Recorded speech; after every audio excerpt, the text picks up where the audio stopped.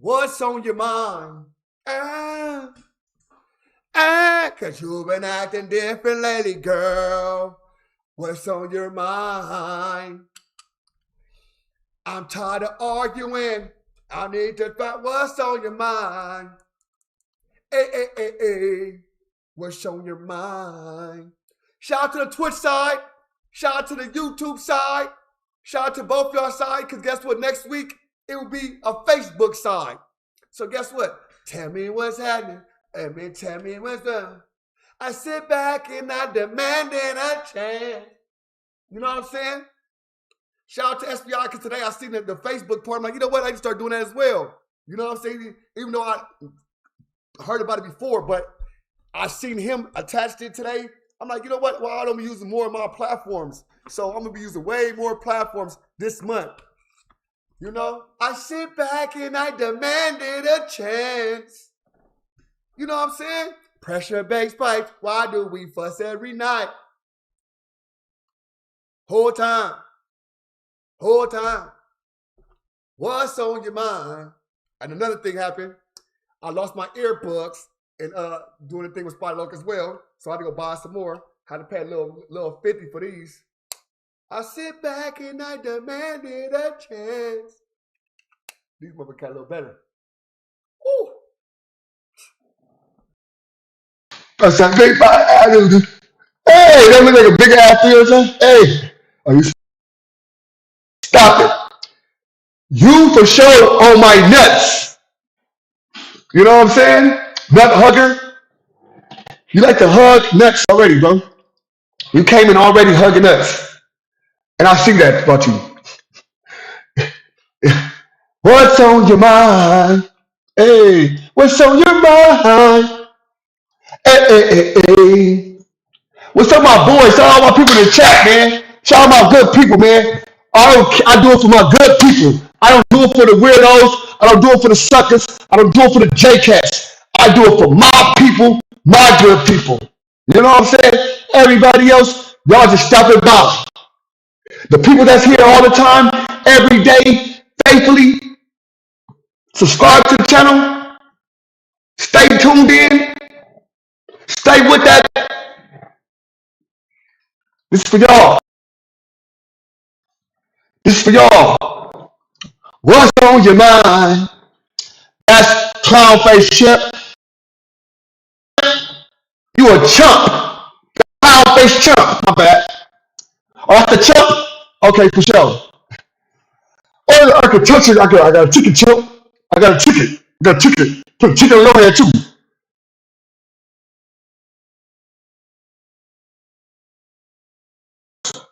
Champ. Why you got commercials, champ? Why I'm smoking things like this, champ? I got these big ass fingers, champ. See it? Champ. Look how fat the front of that motherfucker is. I sit back and I demanded a chance. Body week. It says Mike peaking was good when you first started. Oh, it's peaking now. All right, so because y'all niggas be telling me to turn my mic up on all certain things. Now it start peaking. That's what it does. Let me go ahead and fix it right quick, because that's what I be having on point first. But oh, no, what? I turn this up. Boom. What? Yeah, all right, cool. I turned that up. So it's a more background noise out. All right, cool. What about now? That sound better, champ? Fake za.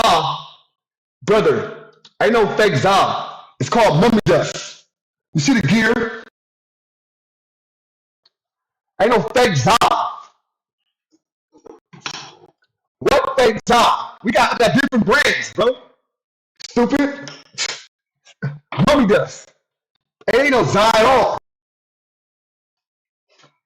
All right, good thing. Really good, guys, though. Appreciate my peoples. All love. Let's get to this chat, though, man. Hey. Shout out to my Twitch side. My Twitch people keep going. You know what I'm saying? And all my Twitch people know what's going on. Appreciate everybody popping in. Y'all make sure for my YouTube people that's show on Twitch. Let's get it going. We monetize it. We doing stuff. I got a Tuesday and Thursday show over there. Tuesday and Thursday show start next week. It's me and Henny show on there, and I'm gonna do a show with Neem on there. Me and Neem gonna do a show on Twitch. You know what I'm saying? Tuesdays and Thursdays. You know what I'm saying? Straight up. So me and Neem, you know what I'm saying, on Twitch. I got the Twitch program right up. So start connecting my peoples. We're gonna start connecting my peoples, bro. You know what I'm saying? We're gonna start connecting all my people and getting it going. Straight up. Let's go. Here we go. Here we go. I'm back with my brother. I'm back for another. I don't even know what to call. We're just gonna name this the War Report. Ooh. Ooh. Like because that's essentially what we doing. Ooh. And it's no better person to give you the raw, the insight, the facts.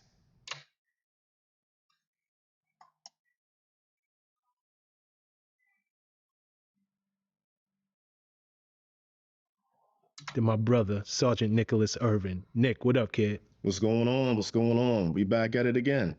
We back at it again. Yo, Nick, I was telling you offline, yo, kid, you on fire right now. Like you on fire. Hey, that's that. I don't know. A lot of stuff we talk about comes true.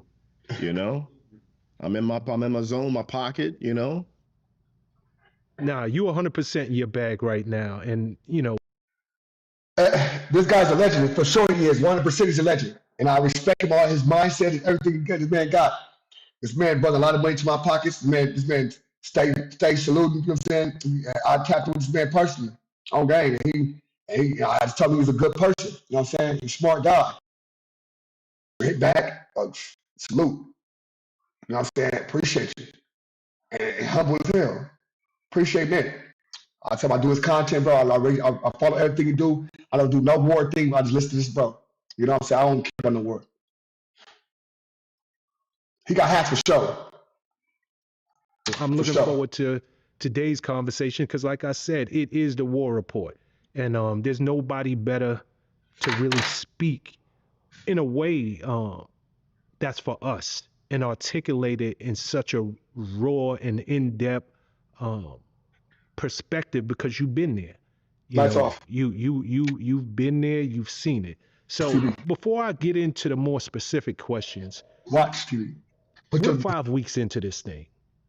Give me your just overarching feeling about where we're at. I think we're in for a few more weeks of this, at least. I think we're just getting started. You know, the large troop movement. You got, airborne. You got Marines. I mean, I think we're just getting started, kind of gearing up. You know, we prep the targets, we soften the targets, but I think now we're about to hit that ground invasion level. I'm hoping not, but like I said, I mean, for a war that we already won, we're still there and we're still getting hit. You know, it's like 300 plus troops that have been injured, 13 killed in action. I think we're just getting started for a war that we already won. Yeah, right. Exactly. For a war that we already run. When you say we're just getting started, I mean, that seems like this thing can go on for a very long time. Do you anticipate this being a quick decapitation, over the next couple of weeks? Or are you feeling like this might be indefinite, like Afghanistan or something? Yeah, at this point, I mean, the cat's out the bag. We already know what we're there for. It was not about nukes. It was about the oil. We want to control the oil in that region. And in order to do that, you got to almost have like a permanent long-term presence there to build up infrastructure. You just don't move all these troops around and invest this much money into something that, was to stay for like a day or two. And we were told it was going to be a few day long war. Then it turned into a weeks long war. Now we're pushing the goalpost, moving the goalpost even further. I think it's one of those deals where we want to control that region. We want to, and it ain't just us that we want to, help out our control that region for whatever means. But I think this is for, a regional control. It's not a regime change. We wanted to kill the Nah, regime. what's the deal? Here you go. You finna get going with my boy Dre at. That region for whatever means. But I think this is for control the oil. A regime change. We wanted to kill. Nah, what's the deal?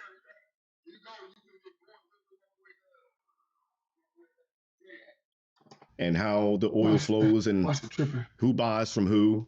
I mean, I think that the whole game plan is for us to control the oil and set the price and determine who is and who is not gonna get the oil. I mean, we're already bashing the UK right now.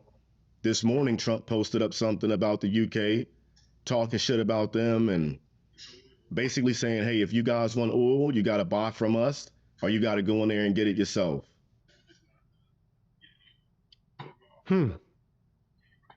There's no part of you that thinks that this had anything whatsoever to do with the reasons that we were told. Weapons of mass destructions, their ability to create and make nuclear arms. Essentially. So look, when it first came out, right? This man said, my bad. This man said this, bro. Trump said that they blew up a nuclear site, right? But it was no mushroom, no nothing. You blew up a nuclear site and nothing happened.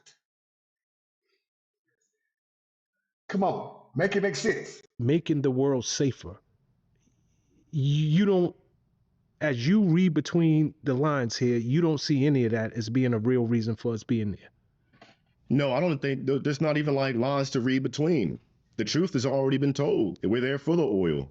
If we were about getting people who hate America and chant death to America and they have nukes, like there's a lot of other, not a lot, but there's a few other countries I can name off the top of my head who have nukes. You got Russia, you got China, Israel's got nukes, pretty damn sure, but we don't want to go after them. Russia, China, Korea, South Korea. It's because of the weapons that they have. We don't fuck with countries who have nukes. We fuck with the ones who don't have them, and we tell the American people it's because they have nukes. It's not about the nukes, it's about the oil. There's a few other countries that are supposedly our enemy, but they have nukes, so we don't touch those countries. We're bullies. Yeah, I mean, I think that no matter how you look at this, what you're saying is absolutely right. We're there for the oil. It's playing out in real time. And this, I think it's obvious, bro. Look at Venezuela. Venezuela, they said that in Venezuela, right?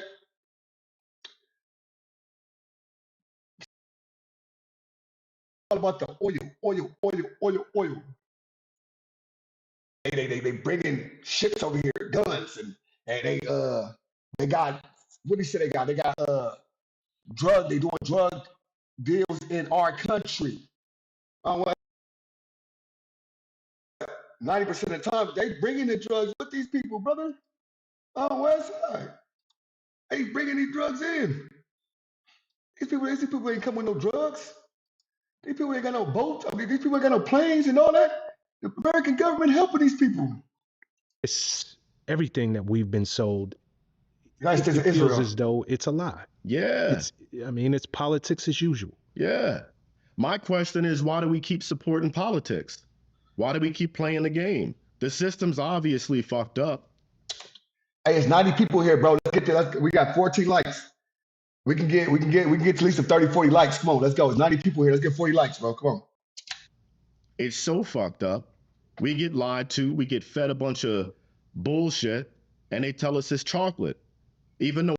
Yes, we should be paying attention to get. We don't got the oil yet, cuz we ain't got it yet. We got it coming. It's coming, right? Even Venezuela shit, right? This shit was supposed to be on a boat on its way coming, and that's why the oil. But then at the same time, you gotta understand inflation is American thing. So America will do inflation to everything. Are we having war in Venezuela? All right, cool. We have war out here. Cool. The gas price is $8 now. So guess what? The gas economy, they got their boom for this recession or this 5-year whatever. That's what they do. They scratch each other backs. They're at home when CV-19 was going on, right? That shit going around. They was investing in different things and then gloves and masks and doing all this stuff. So now you have to have a certain type of mask, certain type of gloves, and going in their pockets.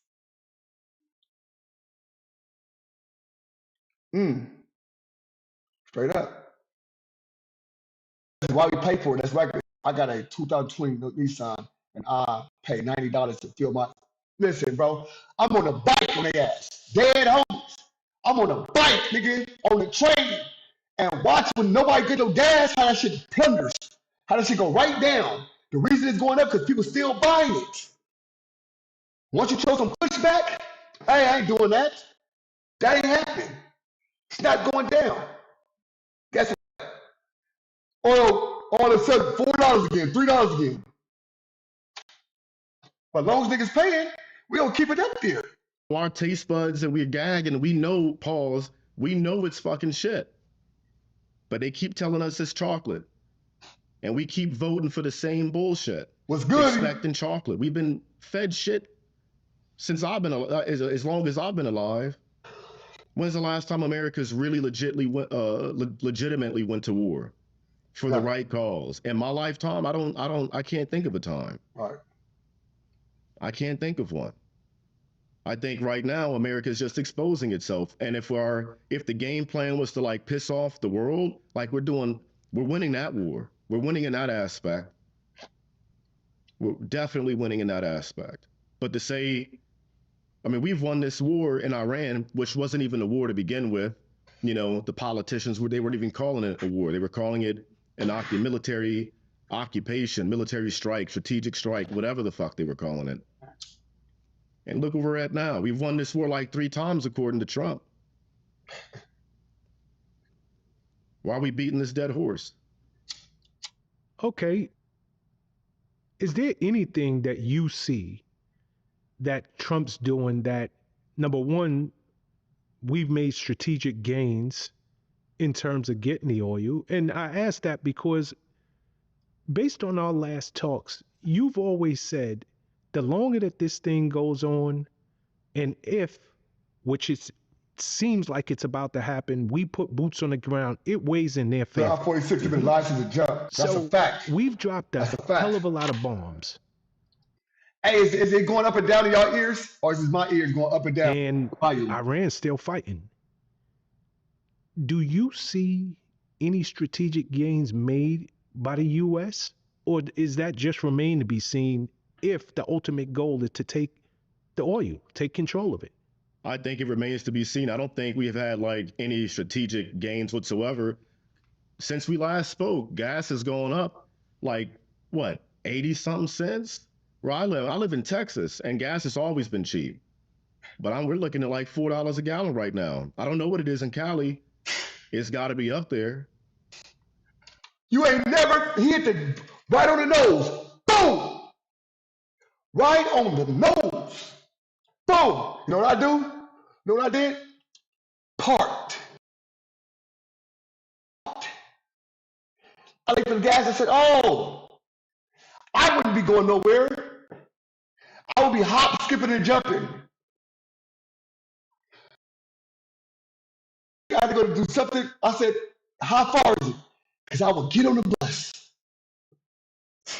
Nigga, I wish a nigga would rake me and rake my pockets and military occupations and all that type of shit and doing all that just to do what you're doing. Just to help the oil company.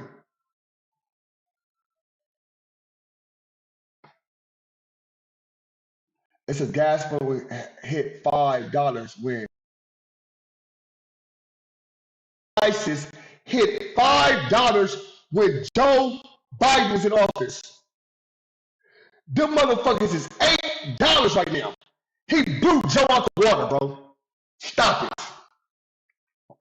He blew Joe out the water. Now what? Had it at $5. Trump got it at $8.70, down there $9. So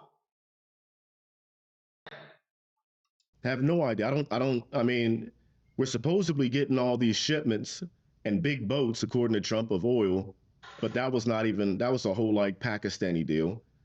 We're supposedly getting all these shipments of oil, but the gas is still going up. I think it's gonna say, hey, but what about Obama? Obama was the worst one, worst killing African leader.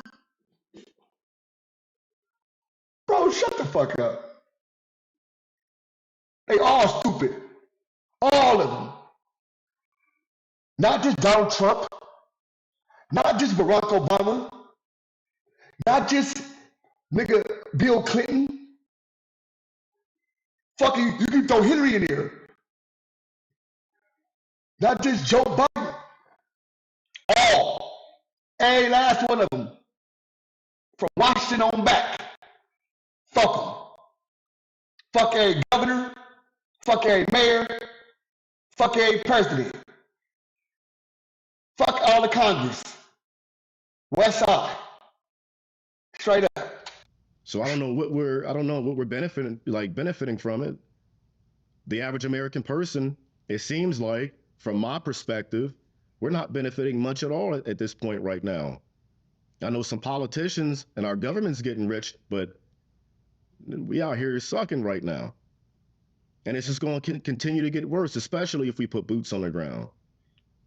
I think we're edging ourselves closer and closer to an economic collapse more than anything. If that's the strategic gain, we're gaining that. We're about to gain ground on that real fast. You know, to your point, I just left California. Gas was over $6. Shit. And I'm sure it's going up in the last 48 hours. Shit. Yeah, yeah.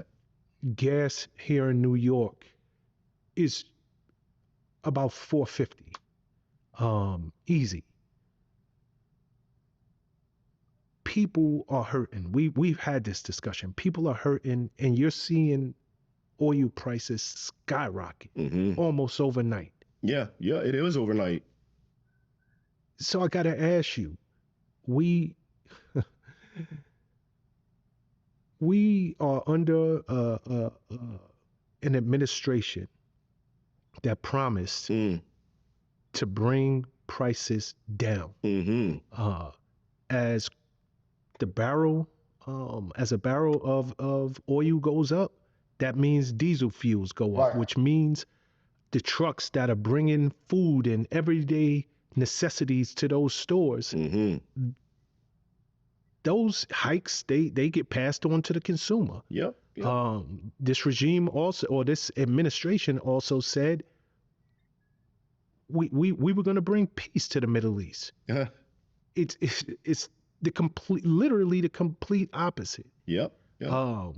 You know, we weren't going to have boots on the ground. You know, war was something that we were going to avoid. Every single thing that this administration ran on, you know, I'm seeing the complete opposite. So again, even at home, Donald Trump got a couple more cents to beat. He got a couple of more cents. So if gas go up 4 to 5 more, 6 more cents, they'll be tied. If it goes $1, he fucks. He won. So they right now it's at the bottom. It's right where Joe Biden is. It's right there where Joe Biden is. It can cost Joe Biden right there. It can cost.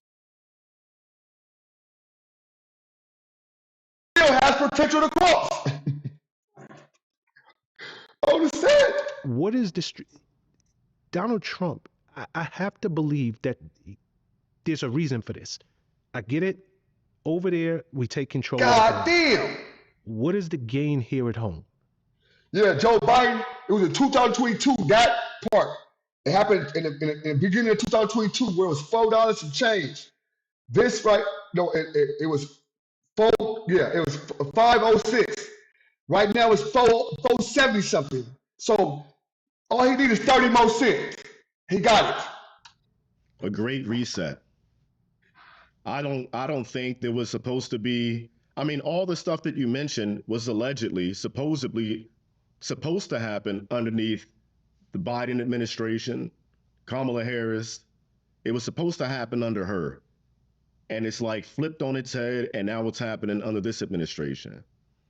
I think at this point, it's like, I don't think we really understand that the president doesn't control shit. He's got a puppet master. It doesn't matter who's in office. This story was already written a long time ago. Facts. Now that's what I believe. That they choose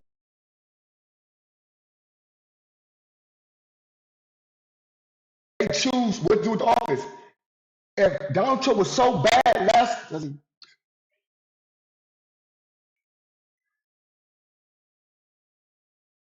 it said U.S. doesn't get oil from Iran, then what the part of the gas price increase? I think they do get money get oil from all over the world. I believe. I don't know if because that's what they're going to get. They're going to get the gas, and I believe the gas price is growing because guess what? It's time for the growth. Donald Trump inflation. I feel like they have certain times go up. They had the corona shit going on, right? Medical went up. They was building, made they billions and billions of dollars. Now it's time for the oil company to make they billions and billions of dollars. It's time. You know what I'm saying? They just giving people, just saying, that same thing with the stock market. I was talking about this morning, how it fluctuates and all that kind of stuff. And certain administration, it dips, and certain administration, it grows. And it goes years, you can see the pattern. Over years, you see the pattern. I'm like, damn, it seems like this administration and the beginning of this administration, it stopped and it started growing in the second, and his administration, like the second year of this administration. And it happened multiple times and shit, because that's some real shit. Straight up. They got this shit already. They written this shit down already. It's a written book. And I think that right now we're just looking at America edging itself closer to like a great reset. At this point, I mean, what's the point of all this? If everything that he's said, if what he ran on is coming out to be a lie or wasn't true, you can't believe anything out of his mouth. You can't at this point. What else is there to believe? If he tells you at this point, hey, we're going to... That's a fact. Selected, not elected. That's a fact. Selected, not elected. Be benefiting from it because it's going to make the cost of X, Y, and Z go down. You'll believe that even though he lied 10 times before? Like, you got to believe a liar. You got to believe a liar is going to lie. That's... My thing is, it's deeper than Epstein. It's deeper than Epstein. You know what I'm saying? We talk about this. We said Epstein came under the Rockefellers. You feel what I'm saying? Rockefeller, Rothschild. No, Rockefellers, right? The Rockefellers.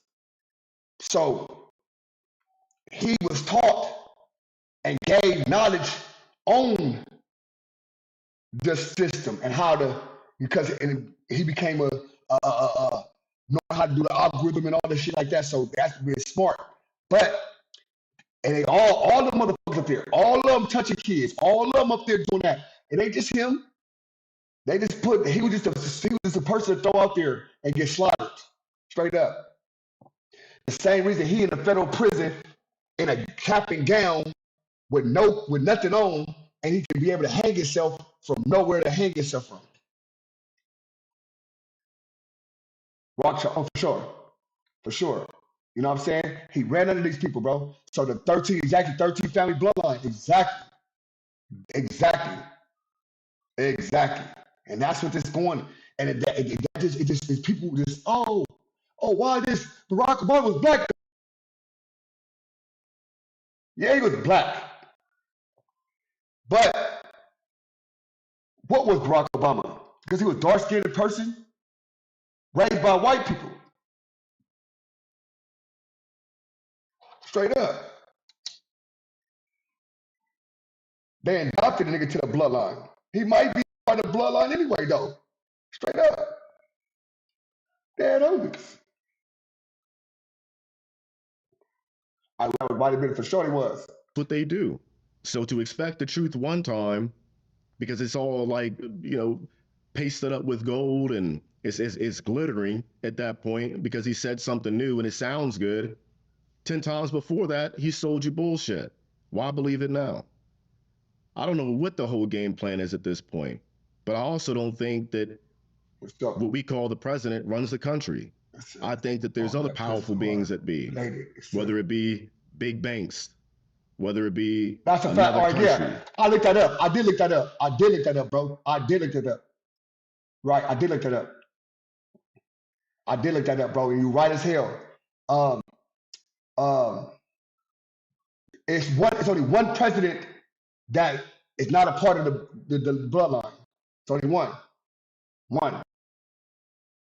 president. But everything else about it, how they together. No, Trump in there too. No, I didn't say Trump. I said it was one president. It's one president, bro. It's one. His name like Adams, something Adams or some shit. I believe it was something Adams. The only one that's not is one. Yeah, it's only one. It's what? Oh, Martin Bell Druin. That's him? Oh, but Martin Bell Druin, probably, all right, cool. All right. I probably don't know his name, but I knew they all related but one. One president. And he was an old ass president at that. He was old as hell. Like he wasn't like, you know what I'm saying? He was on the beginning type shit. Dead homies. Okay, Martin Bell, for sure. I got you. I'm not saying you wrong, bro. I'm not saying you wrong. No, I got you. I got you. It could be that. Van Buren could be that. It could be that. I'm not saying it's not. Whatever Burnhams, but it's not that. Yeah. It's not that. It's not. You're right. John Adams, Quincy Adams, father and son, so they're part of the bloodline, right? For sure. Yeah. Not for sure. So you know what I'm saying? A little girl proved the shit for sure with her dad. Yes. I've seen that, bro. I've seen that shit. The bloodlines, the moms, what made them related, who popped it in there for sure. Like Ancestry.com type shit she did. And it was all the presidents, bro. And despite the royal family, the families, it's like that, how the bloodlines with this family, that family, how they tied in with this family and that shit. You know what I'm saying? And of course, it all leads up to the Vatican. At the end of everything, where the fuck my thing at? Oh, my shit frozen. A very small country that controls our politicians. This isn't Operation Epic Fury. This is like Operation APAC Fury. This is what it is. You got a big lobbying group who puts a lot of money in people's pockets, politicians. They control what's going on. You got to ask not what we're going to gain from it, what are they going to gain from it? And they've already told us what they want. This other country. This has nothing to do about benefiting America. Listen, Mulan gonna do her shit, right? She do her stuff. She gonna pick one person. Every line. Don't get in your y'all be biting. She do this on purpose. I'm telling y'all. Has nothing to do about benefiting us. This is benefiting somebody else who wants to control a region and control the people. Has nothing to do about us. We don't benefit shit. They could care less about us. That's why, Israel, who essentially started this bullshit, they're not going to be putting boots on the ground. They said if it comes down to boots on the ground, we will not be participating. It lets you know who's pulling the strings, and I think that's fucked up. Why go send our sons and daughters to go fight? Why go send them to go die? What are you, too busy taking over another piece of land? Killing those people? You too busy doing that? You can't sacrifice and put your children I don't need beer. I don't drink beer, bro. Straight up to go fight? You got to go send our sons and daughters? That's fucked up. That's coward behavior. That is. That's satanic behavior. That is. You want to go put our heads on the chopping block. You don't give a fuck about us. You don't give a shit about us. No, you're absolutely right. And it's well said, Nick. As much as I try to look at this thing from every angle possible, I really can't see the strategic benefit to here at home. Um, you know, it just feels like no matter how this thing plays.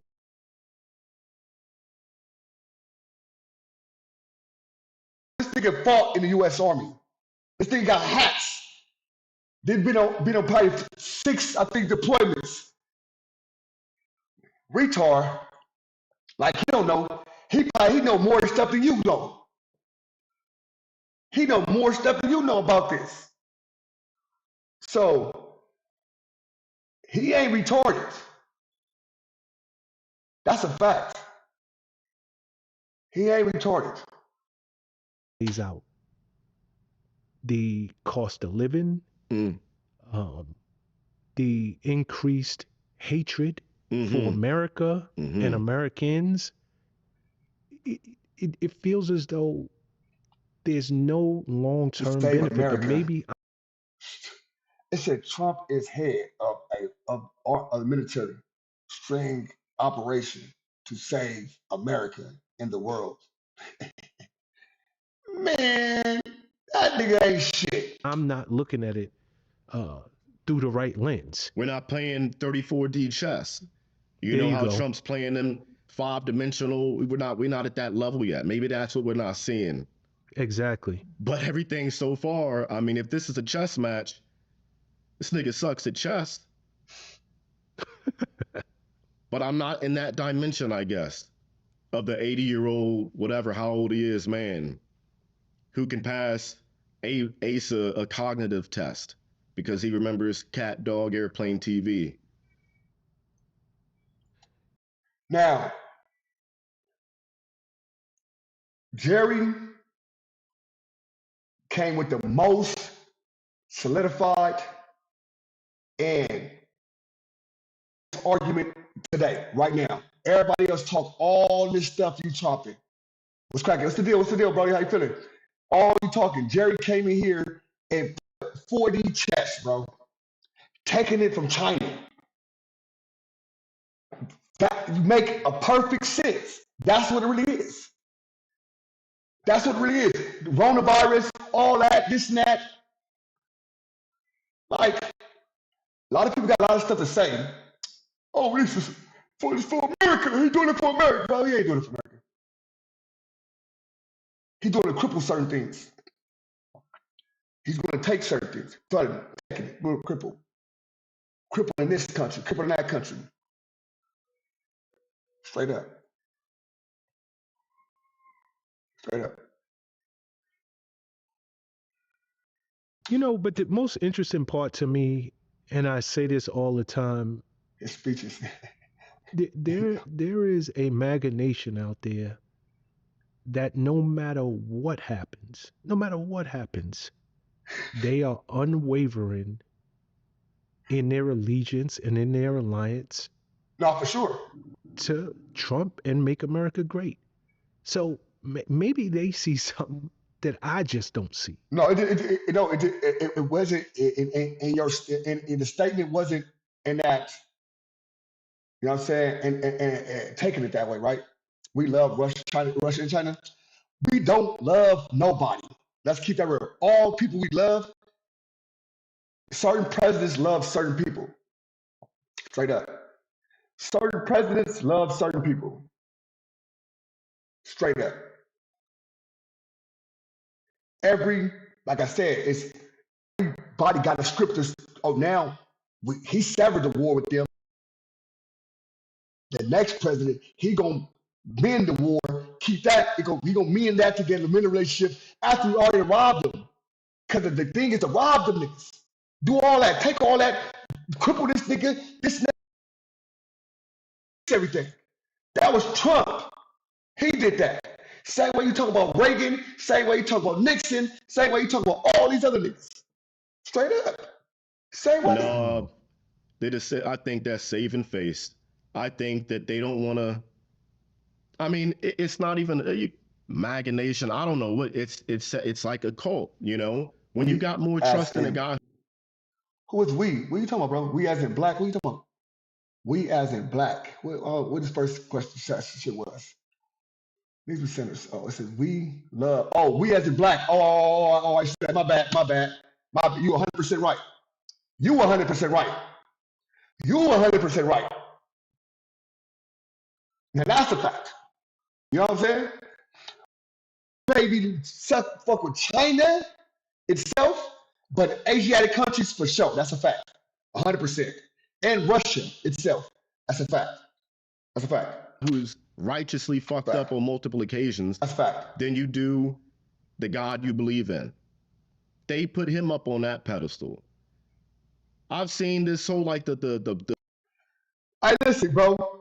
I gotta say, man, stop talking to these niggas, bro. If they want to know what the real thing go look up, nigga, who the black pope is, bro, and who run what they run and why they run what they run. Y'all all that talking, y'all just messing this thing up. I got you, cuz nigga. That's who runs shit. The ultra hardcore MAGA people who post up on Twitter and online when Kamala Harris was running for president, back when Biden, no war with Iran, no war with Iran. Those same people who were saying that shit like a couple years ago are all about it now. Now it's we gotta go after Iran, we gotta do this. It's all about. You see that one side who said we're not going to Iran. One president said that, and the next one we going with the fuck Iran. Cause that's the mission. The mission is to throw bombs everywhere.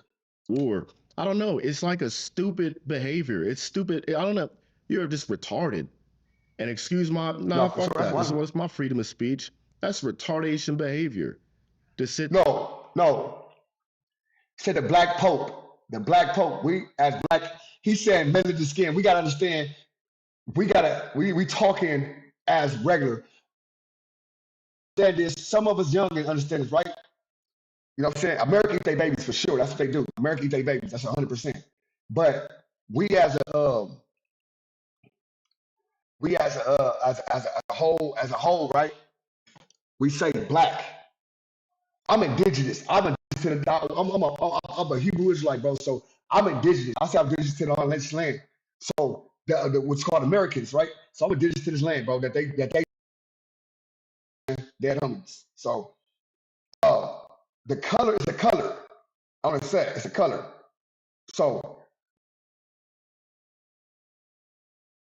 we're where we is, right?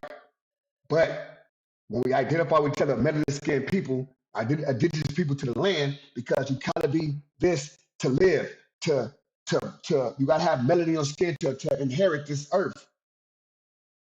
Right? Simple. Now, when shit happened, whatever happened, right? Motherfuckers took a hold of this motherfucker, and that's what it is. We can't. We was born into a simulation, cuz we don't know what the fuck going on. We don't know how to do none of that shit, bro. We don't know how to break that shit, bro.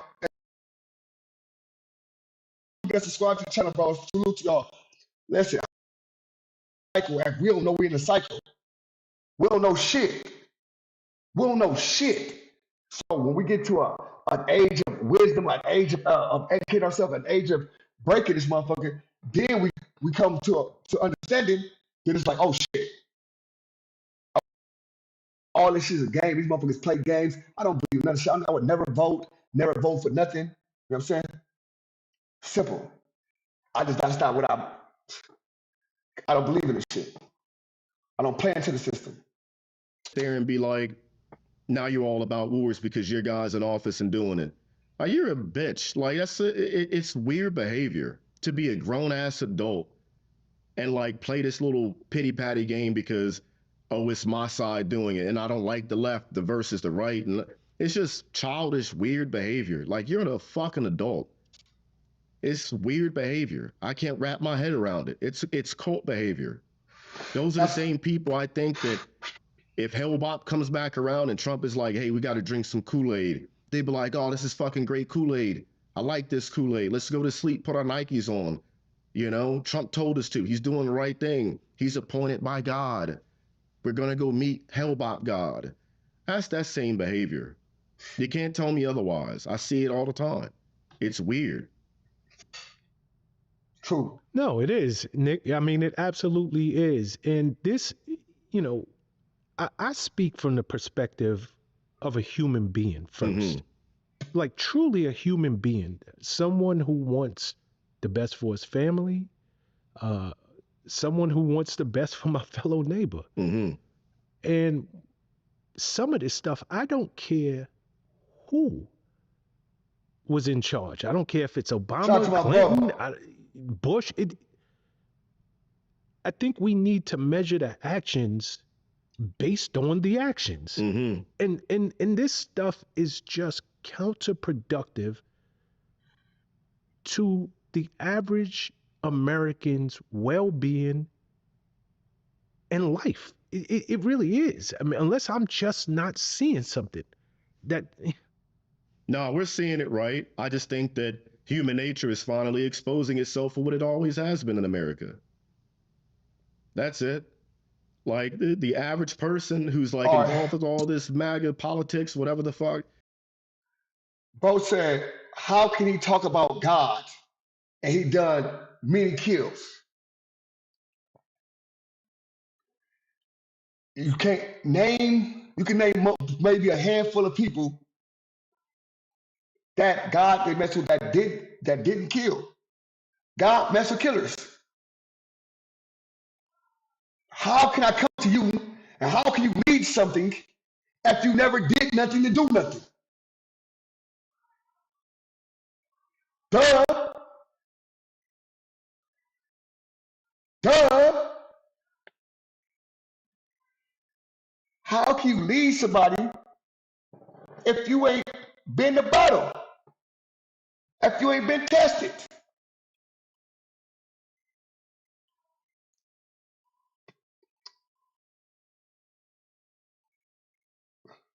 God is a God of love and God is good. But it's always necessary evil, bro.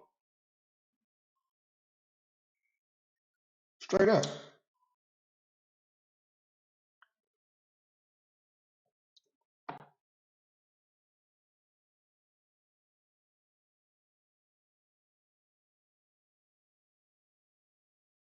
It said, read the book, that book. There's God's condones war. How?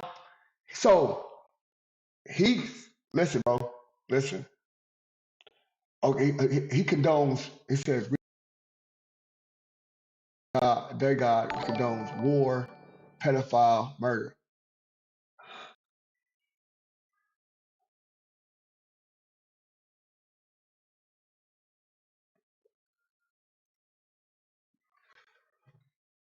People in the Bible went to prison. What's going on? Shout out to Twister Zero. What's happening?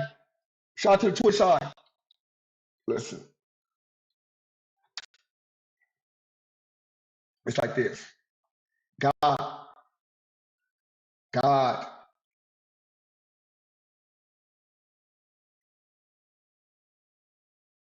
and Lucifer Morningstar. Lucifer Morningstar is one of his angels, right? Archangels.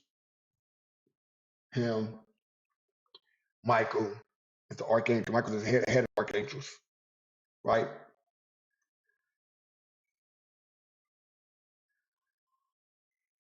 So evil is a part of flesh. It's yin and yang. How you cannot have evil without you can't have good without evil. It's a part of each other. It's no such thing as all good. You gotta have some evil to know that that's not good. So you can't say he said thou shalt not kill. He did say that. He did say that. But it's wars that Moses had to help free, have free the Hebrews. How he was gonna help free the Hebrews? He was gonna walk them out without eating.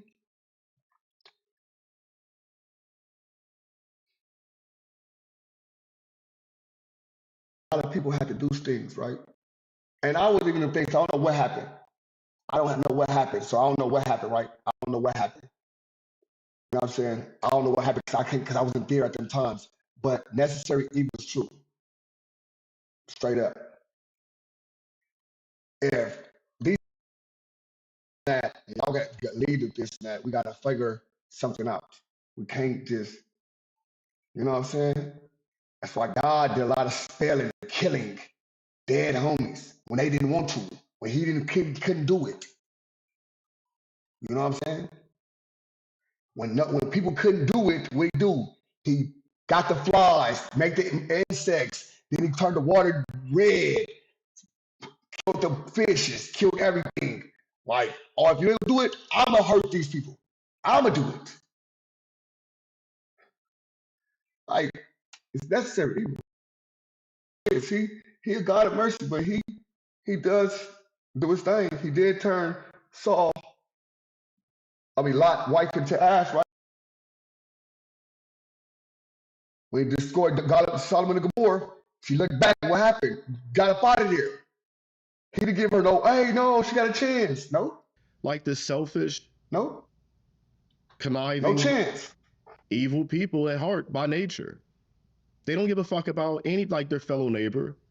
But then these are the same people who go to church every Sunday and put the ashes on their forehead and take pictures of it and walk out in public with crosses of ash on their forehead. Those are the same people, but not even behind closed doors anymore. They show who they really are. A lot of this shit's just being. I didn't say, why you keep saying raping babies, bro? What this, but he killed people. What are you talking about? When did it say that people didn't go?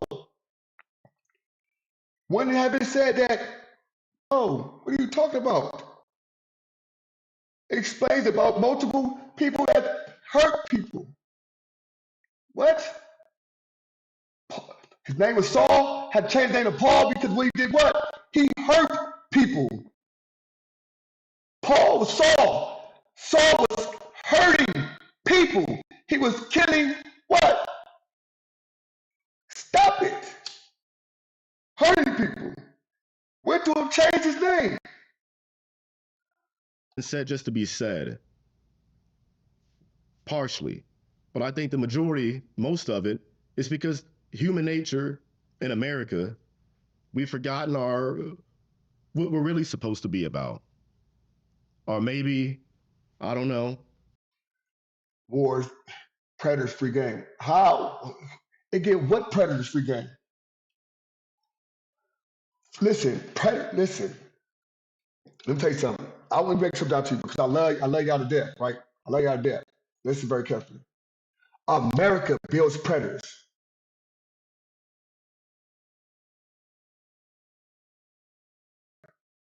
Builds predators. Look up how many states that the consent is 16. Then look at states that the consent is 14. Are predators. Period. Demonic. What are you talking about? Where do you think these Epsteins come from? They've been like this. Been like this. America does this. Straight up. America.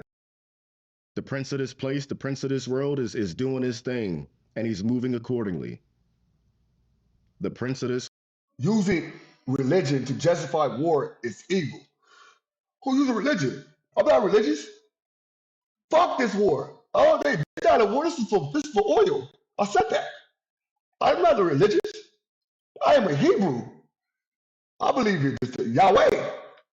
I don't sit there with a cross and a rosary, and I don't do that, bro.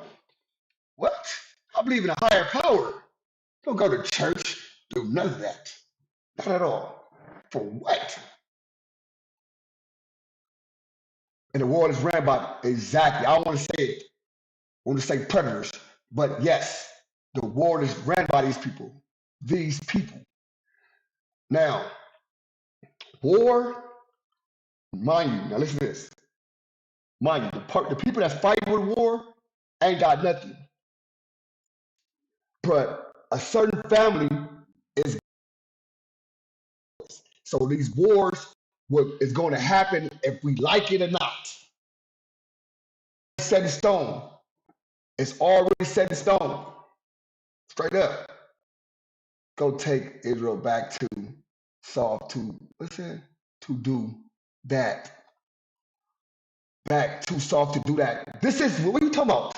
This is our shit. You dummy? You dummy? Who you think was here before 1800s when they was coming over here and slaughtering them Caucasians? Stupid.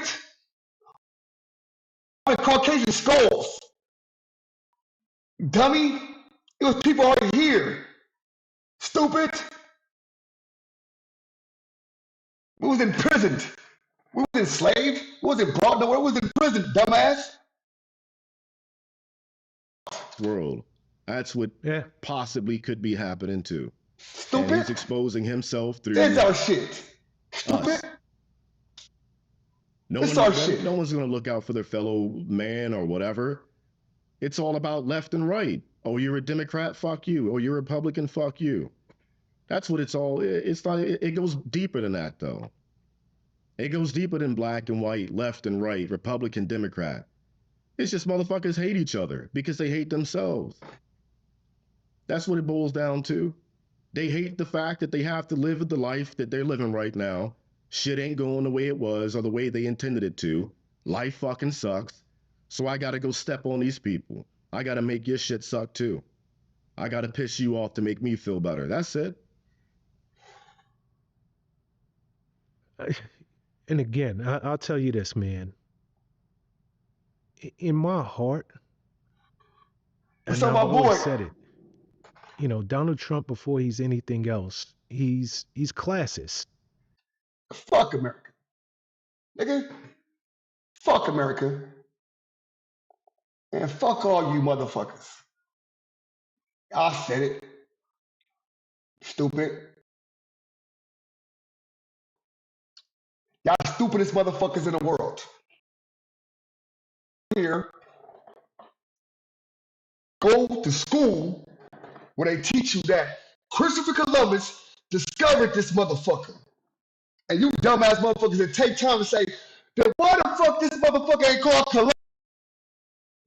Why is it called America? You dumb motherfuckers. Why this motherfucker ain't called Columbus? Why the fuck this motherfucker called America? Stupid motherfuckers. Y'all didn't take 2 motherfucking seconds to think about shit. These motherfuckers teach you all type of dumb shit. When they teach you in any type of school, hey, this is financial literature. You gotta know this. You gotta know stocks, you gotta know bonds, you gotta know this. What do they teach you that at? You dumb motherfucker. They taught your dumb ass to go to college and go in debt. And your stupid ass went to college and went in debt, and you probably don't work in the field you went to college for. You probably working as a school teacher.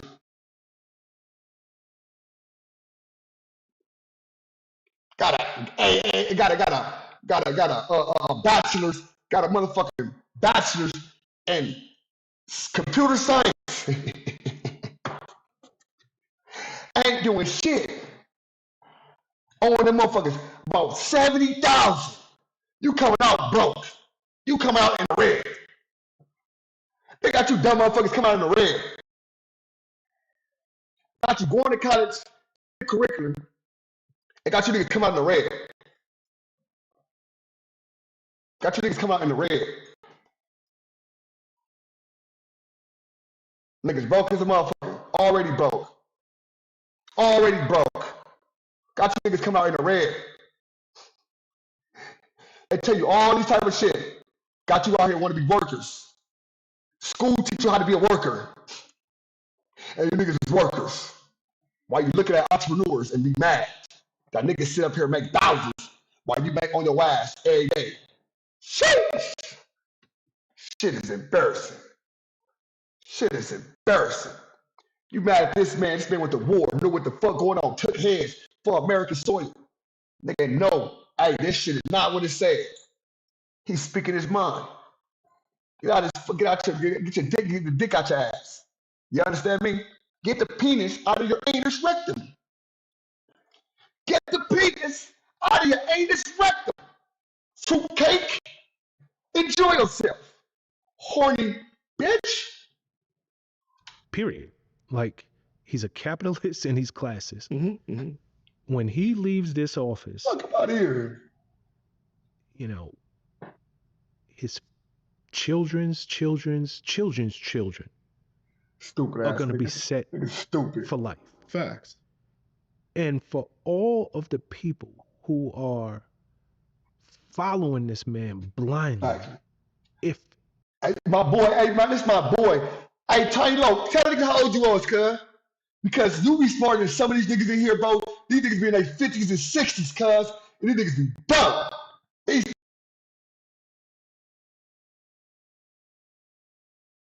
soft as hell.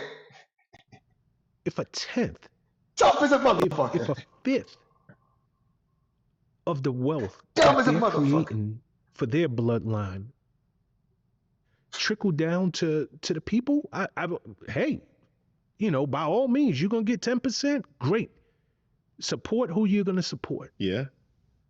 But at the end of the day, it's Appreciate him it. and his Secret friends Service. who are gonna benefit. Hey, And that bunker he's building underneath the. Listen to my vocabulary, bro. I talk the way I want to talk, bro. Straight, man, listen, bro. I can speak. It ain't about that. I do what I want to do. This is my show.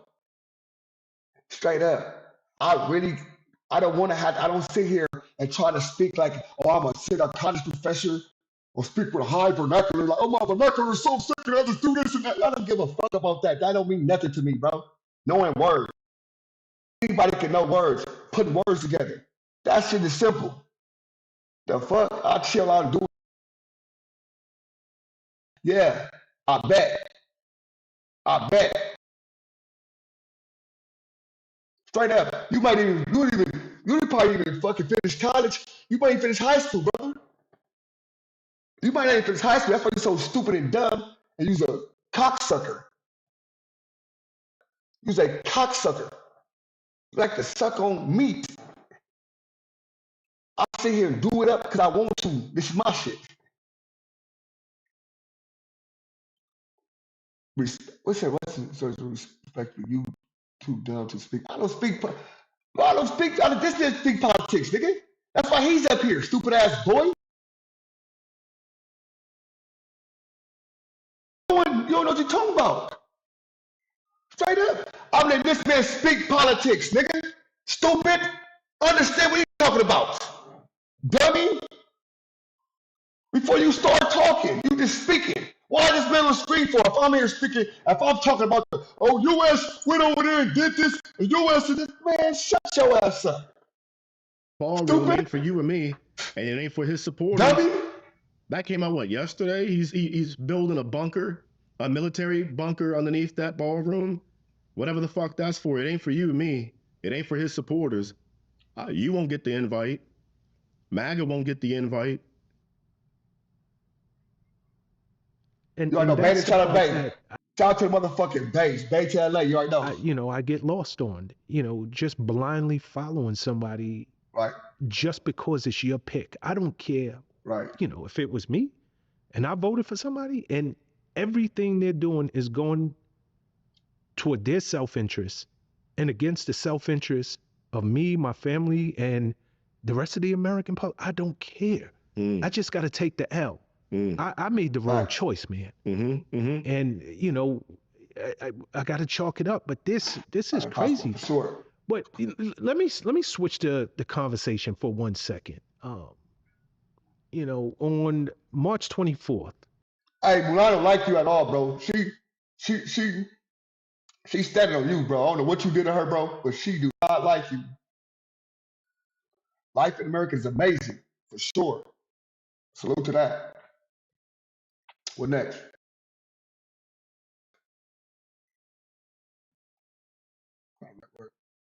I follow Iran. Oh, you follow Iran.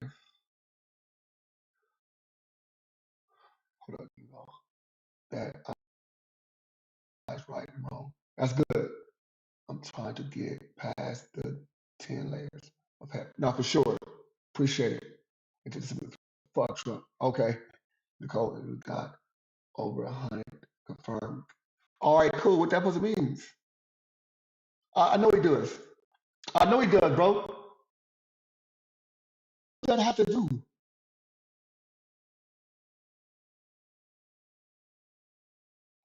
You sound, man, listen, bro. You sound, I ain't, bro. You said, nigga, these niggas just sound to say me.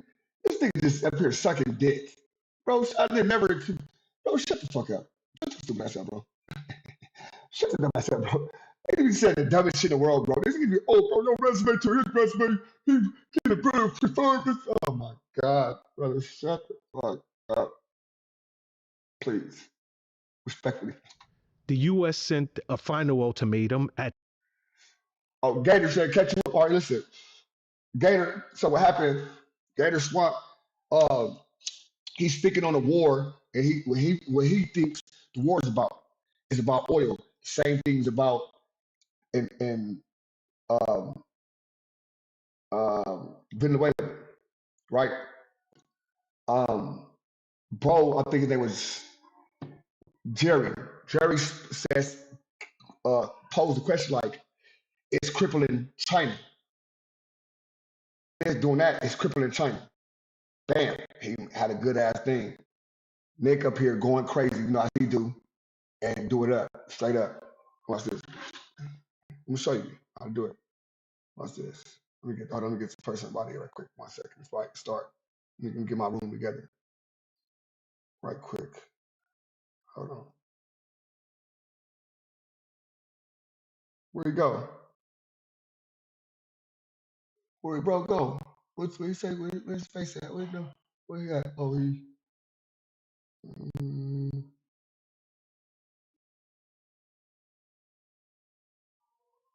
Where you go? Good.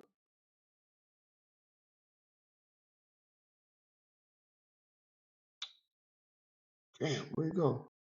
Okay. That time. At that time. You know, it was this 15-point proposal.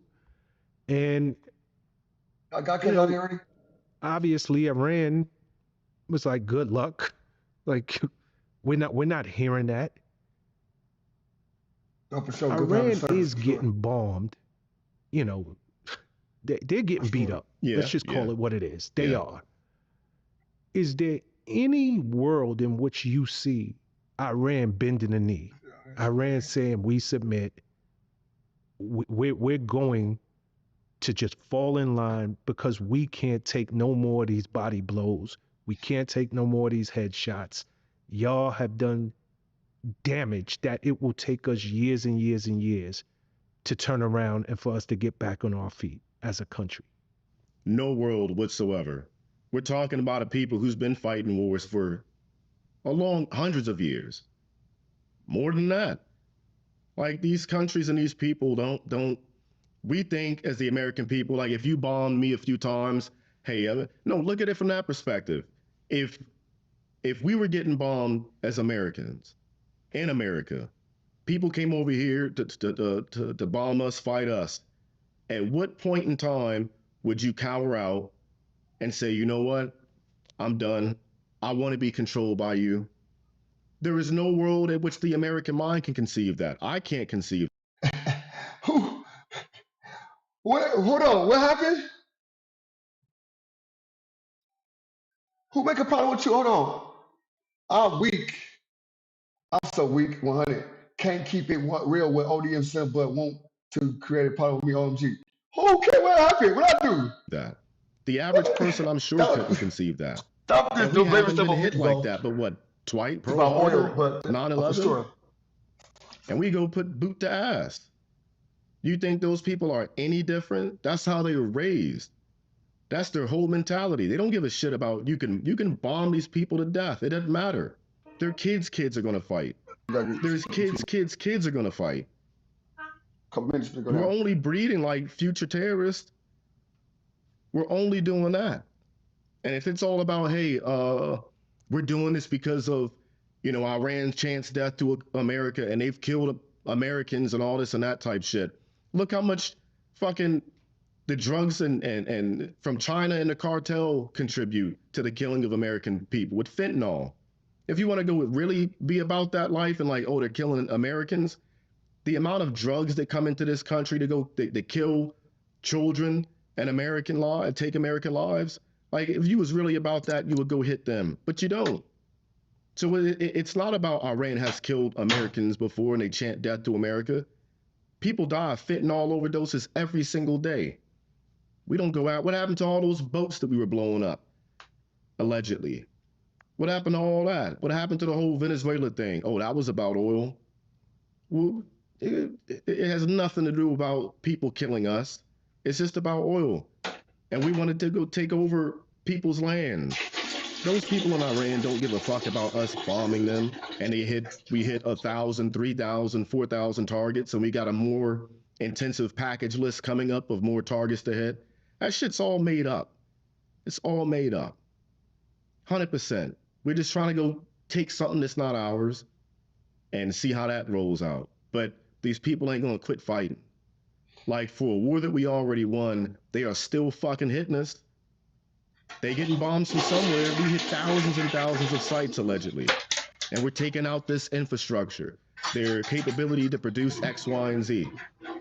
You could turn on the news right now and see the sirens going off in Israel, Lebanon, wherever. They keep bombing us. They keep bombing our infrastructure. They keep bombing other countries where our bases are at, destroying shit.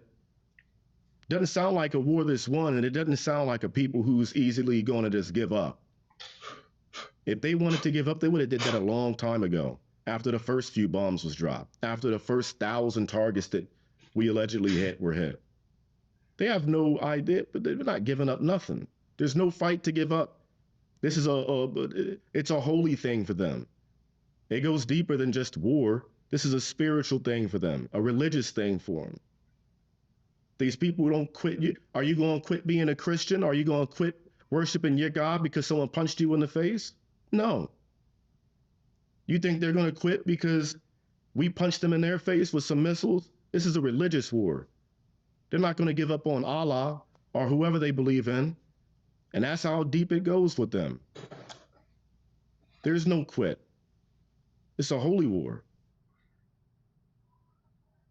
And herein lies the problem. Because you have a people that under no circumstances will quit. They're never going to bend the knee. They're never going to say, I've had enough.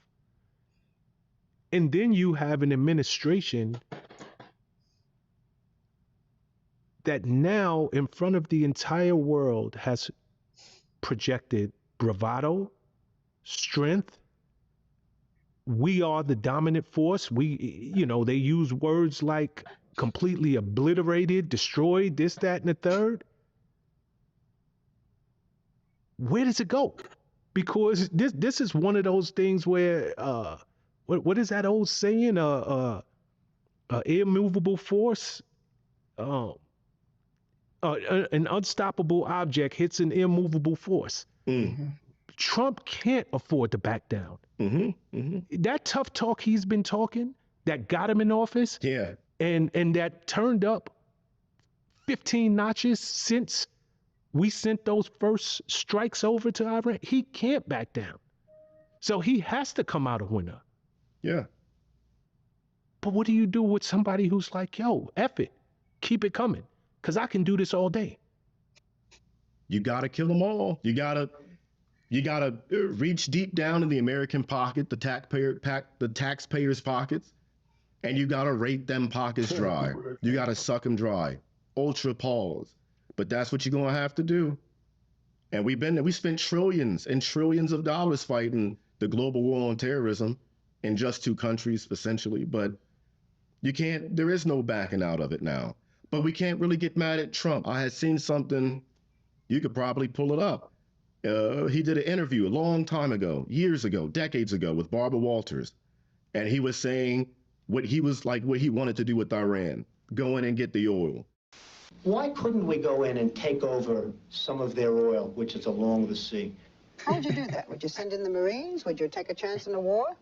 Let them have Iran. You take their oil. That's what How? How? I mean, do we want a war? What do you mean go we in, take their oil? You go in. You're How gonna have do a we war go by- in? You're going to have a war by being weak. Okay, how do we go in? What do we do? Excuse me. Yeah. You're going to have a war. This shit, like you said, you hear this nigga? You hear this nigga? He ready to do war right there. Why can't we just take it? Damn. 2030 agenda. It's going to start in the Middle East. Like, this has been a game plan all along. He's not going to stop now. There's no point. All that tough talk, bravado, whatever, they got him in the office, and it keeps his base happy. You can't back out. If you do, you're only going to look like a coward. But that's the, I mean, like you said, this is where, I don't know. I don't know where it goes from here. I know where it goes from here. Another endless, pointless war. The exact same thing he said he didn't want to be a part of. And, you know, he ran on that.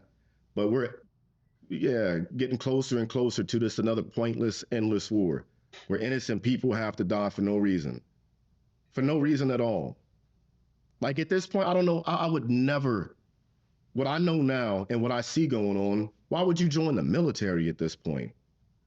Like, what the fuck is the point? Why would you, why? There is no, oh, I'm doing it to keep America safe. It has nothing to do about that. Has nothing to do about that. Why would you want to go volunteer right now to go join up and sign up and sacrifice your life so some politician can get some oil and get rich? Knowing what I know now, I would have never fucking done what I did. I'd have been a fucking astronaut or some shit. I'd have forced myself to be smart and I'd have did something other than join, the military. There's no point. They make it look cool for a minute, but man, the truth has been coming out. And I think the truth's always been there. A lot of us were just too blind to see what it's all about. We're not doing this to save America and for freedom. Has nothing to do about that. Has to do about oil. And that's why I do feel a certain way when people say, oh, thank you for your service. I get it. But looking at it, I don't know. I don't think I should be thanked for anything. No. Went over on a lie. We killed innocent people for no reason. And we're about to go do it again. And you got a small section of a crowd still cheering on, yeah, let's go do that. Let's go get this oil. How's that shit gonna help you? You gonna walk around with like a little bucket of oil all day that we got from another country, and that's gonna make you happy? No. This nigga was talking about dollar gas. It was like $1 something here in Texas, wasn't it? Like before, yeah, it was like $1 something here in Texas. We looking at $4 now. This oil shit ain't fucking helping, I guess. I don't know. Hold on. How long ago was it $1 something there in Texas? Had to be like 2020, before 2020. Yeah. Damn. Okay. Before the U.S. and Israel struck Iran, how much was it? Oh, wow. $1.85, $2 something. It's $4 now. Yo, before we attacked Israel, Yeah. Before we attacked Iran, yeah, it was like $1.85 or $2 something, $2.18, $2.20. So It's y'all are doubled. It's literally doubled seeing since your then. prices double. Yeah, it's doubled. Yeah. And that's my point. Oh boy, Angie. You know, again, The fuck? maybe in the end there's a bigger picture that I'm missing, but all I know is the American public is taking a massive hit yet again. Well, they were preaching, they said small term or short term pain for long term gain. And that shit was like their talking point across all major media outlets. And that was every politician's talking point when they were talking about, oh yeah, the American people are going to feel it. But a short term pain for long term gain. When they start all reciting the same shit, that's when you got to get skeptical, because that's the same talking points that they had with COVID. Oh yeah, 14 days to slow the spread. That shit turned into years. And they're using them same talking points, those same mottos, those same slogans. They're doing it again. They putting it right in our faces. Every time they talk and start speaking these slogans and shit, you gotta automatically assume, oh, this is a setup. Here we go again. It's a lie. It's a lie. They keep moving the goalpost as it is. You think they're gonna stop now? The goalpost's gonna keep moving. It's gonna keep getting pushed further and further away. I would be surprised. It'd be a waste of money that we've already moved over, thousands and thousands of troops, and we've sent military, aircraft, and the ordnance has already been dropped. It'd be a huge waste of money to kind of back out now, though. It'd kind of be a huge waste of money. It's gonna cost equally as much to fucking bring that shit back. That's why we left it in Afghanistan in the first place. When we had left Afghanistan, it cost a lot of money to bring all that equipment back. Save money, just leave it there, let them have it. We ain't backing out right now. I'd be surprised. I think within the next week, 2 weeks, we'll probably see boots on the ground. I'm hoping, praying not, but I think within the next 2 weeks, probably, yeah, we'll be seeing some boots on the ground. Nah, I couldn't agree with you more. I don't think it's a threat. I think it's strategic. We now have thousands of troops over there, strategically positioned. All of what's going on now, it's the prelude. Mm-hmm. There will be boots on the ground. That is a guarantee. Mm-hmm. And especially considering what you just said. This is an enemy that under no circumstances will bend the knee. We're not retreating. No. So do what y'all got to do. This is his whole game. This was Trump's game plan from the beginning. Ahead. My bad. What's up? No, go ahead. I'm sorry. No, I was saying this was Trump's game plan from the beginning, like way before he ran for office, decades ago. Like I said, yeah, if anybody wants to freshen their memory or spark their memory, my bad, brain fart. But yeah, refresh their memory. Go back and look at that Barbara Walters interview that he had talking about oil in Iran. He ain't backing out. This is it's been a long wet dream for not just him, Israel too. It's been a wet dream for a few weirdos and for a while. Ain't no backing out now. You'd be stupid. You'd be stupid to do it. You want to look like a coward or you want to go all the way with it? I mean, he has to go all the way. Mm-hmm. I mean, it's just that simple. No matter where this thing ends up, he has, just from the perception of the world. I mean, there's still Russia out there. There's still China. You have to present yourself as we carry the biggest stick in the world. Mm-hmm. Mm-hmm. The almighty United States of America. Mm-hmm. We're not leading with diplomacy. We're leading with a big stick. So mess with us if you want. There's no backing down now. Mm-mm. It's impossible. Yep. But interestingly enough, Trump has now, I think it was a day, maybe 2 days ago, he threatened to attack civilian infrastructure, where he essentially said, yo, we're going to destroy some of Iran's power plants and oil wells, which ultimately will, do harm, if not kill, thousands of innocent civilians. This affects their drinking water. It affects their electricity. Right now, the country is without internet. So, he's threatening to take them back to the Stone Age. Mm-hmm. Is he setting himself up to be a war criminal? Great question. I had to think about that too yesterday or a couple days ago. I'm like, how is this not considered like a war crime? You know what I mean? Like, I'm trying to wrap my head around it. How is that not considered a war crime? I don't understand it. I don't. That's a huge threat to make.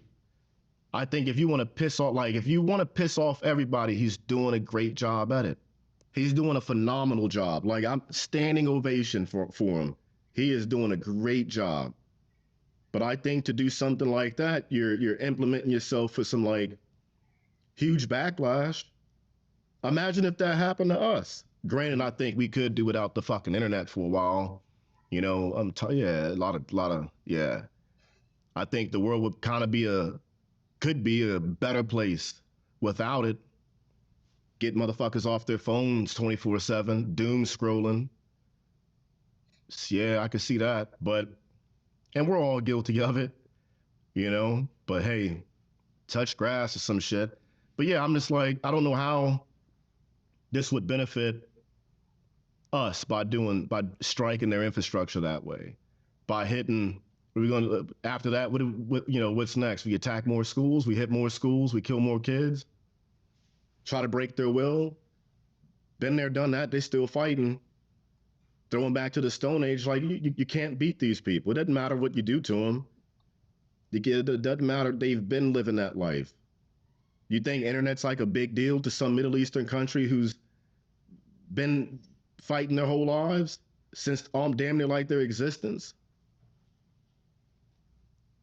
I don't know. I don't know how this would benefit the effort with the war in any way, shape, or form.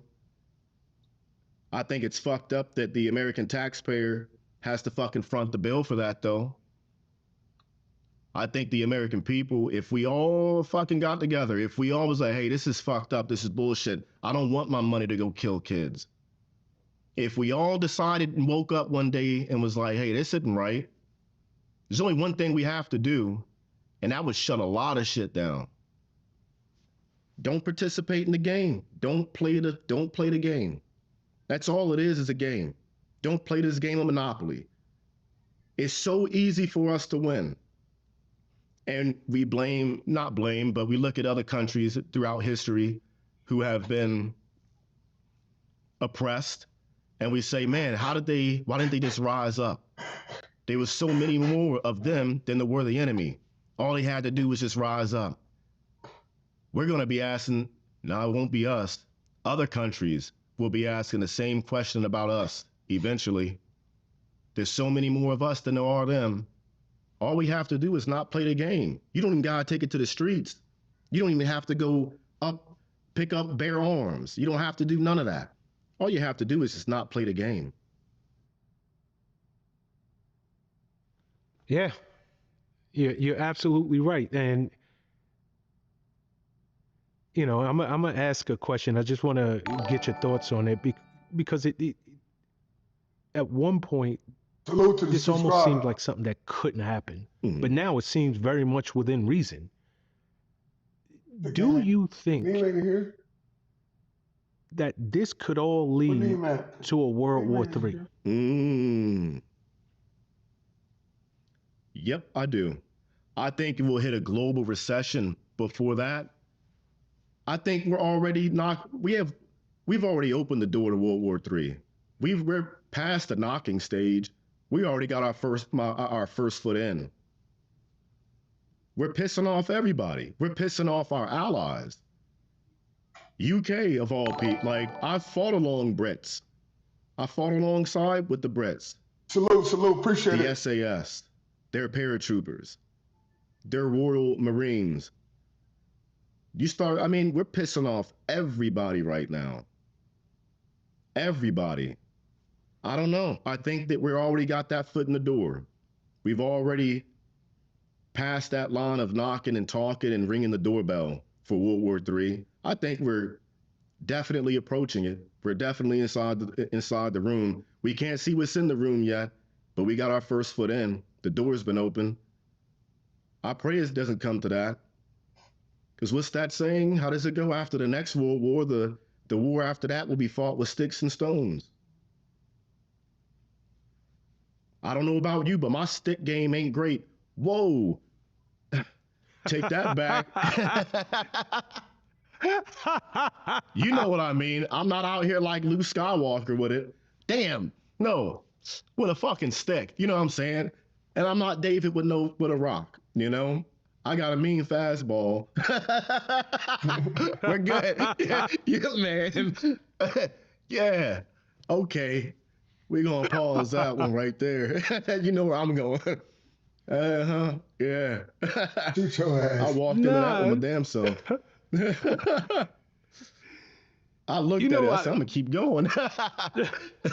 I'm Nah, done. why don't you quit while you had? Yeah, I'm good. I'm good. But we know where you were going. Yeah.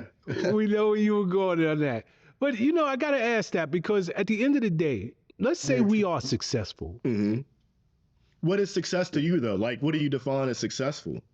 Well, I'm saying successful based on what you were saying earlier. Mm-hmm. This is about control of oil. Yep. Period. Yep. It's about the control of oil. Iran's allies, you know, what do they have? Russia. Mm-hmm. They have China, Hezbollah. You know, Syria. They're supplying oil to at least 60% of the world. Mm-hmm. Iran is China's largest trading partner at this moment. Yep. They you know, I don't believe that these other world powers can afford to have the U.S. take over that oil supply. No. You know, it puts us in a strategic position that diminishes their world power. Mm-hmm. Exactly. Mm-hmm. So at some point, somebody's got to step up and say, hey, this just can't happen. But Trump They're on doing someone it in that inadvertently. order. I'm not even inadvertently. They're doing it like whether it be supplying intelligence, Appreciate or it. supplying weapons and munitions. They're definitely doing it.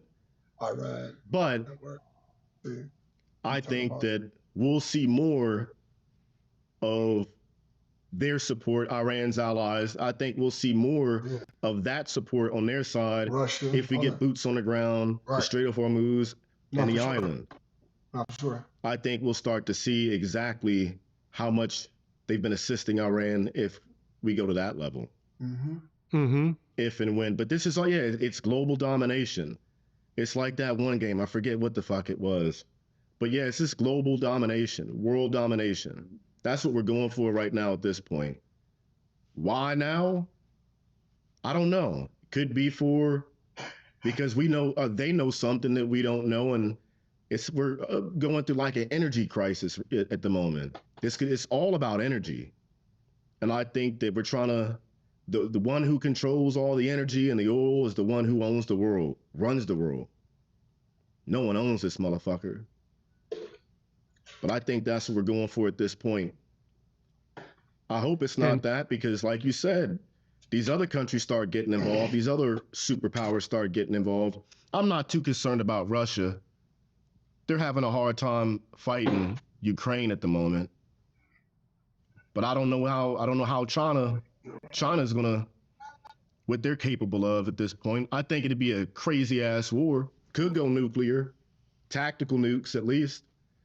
I don't know. I pray not, but when one country who has nuclear weapons has nothing to lose or has already lost everything, then what else does it matter? That's when all the crazy shit starts popping off. But before that, like I said, I think we'll see a global recession before that. It'll make 2008 look like fucking recess. I think we'll see that before anything. That could be the next world war. Could be that.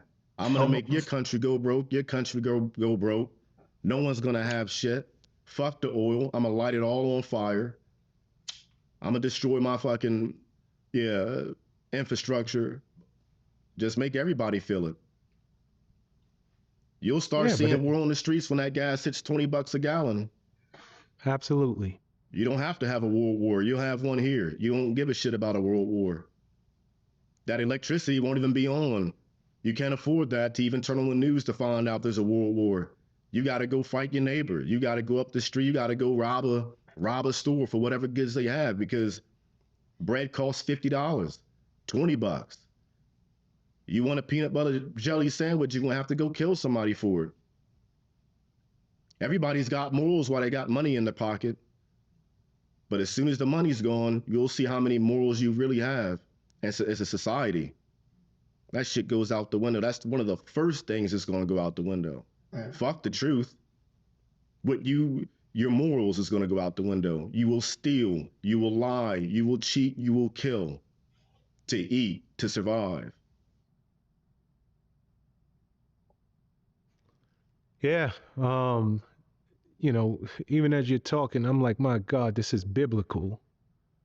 You know, I pray that it doesn't come down to this point, We man. all But should. We yeah, all should. like, but as we all know, self-preservation, that's the first law of the land. Mm-hmm. There is another part of the world that cannot afford for us to control that oil. Mm-hmm. They just can't. You know, then we're playing an entire different game. I mean, it's energy warfare. Mm-hmm. Yep. And when we can cripple you without firing one bullet. Yep. So at some point, it just feels like this thing escalates. And that's the thing about politicians, I think. I don't think politicians, when they decide to go to war, I don't think we don't look for an exit strategy. That's already been proven. We know how to get in it, but we're terrible at getting out. And I think that, yeah, most of our politicians, the ones who are in charge with going to war, they have no exit strategy. And they can't see the long-term gain or the effects of what's going to happen in the long run. I think we get in it, don't know how to get out, and we don't know where it's going to go from there and how it's going to affect other regions of the world and their actions. I don't think we ever look past shooting people in a foreign land. Damn sure don't know how to get out. You know, did you see that the Taliban offered Yeah. to start fighting alongside of Iran? Yep. Iraq too. Iraq, Afghanistan. Yeah. Okay, does this surprise? Because at one point, correct me if I'm wrong, but these are enemies. They're like former enemies, no? They are, but I think a lot of people have forgotten that we still fund them. We still pay them millions and millions of dollars per week. We still pay them millions. I think it was in upwards of $40 million per week. And we can be pissed off at, I mean, we do all this shit. I don't understand it. So I know we were funding Iran not too long ago. Didn't we ship them like billions in fucking cash on a plane? Not too long ago. Yeah, people forget that. Yep. It's kind of weird when you start to think about it and look at it. It's like, I don't know, we're addicted to just not just fighting wars, but funding our own enemy, creating our own enemy. We created all that shit. We created the Taliban. We fund the Taliban, still fund the Taliban. We did the same with Al Qaeda. We did the same with all our enemies, all these terrorist organizations. If you go back far enough, long enough, you'll see, damn, were they created by the US? Were we funding them? Why are we giving them money? Why are we giving them ammunition? Why are we giving them weapons? It's weird when you think about it, but I'm not surprised that the Taliban's getting involved. Like I say, anybody who's surprised has got to be dumb.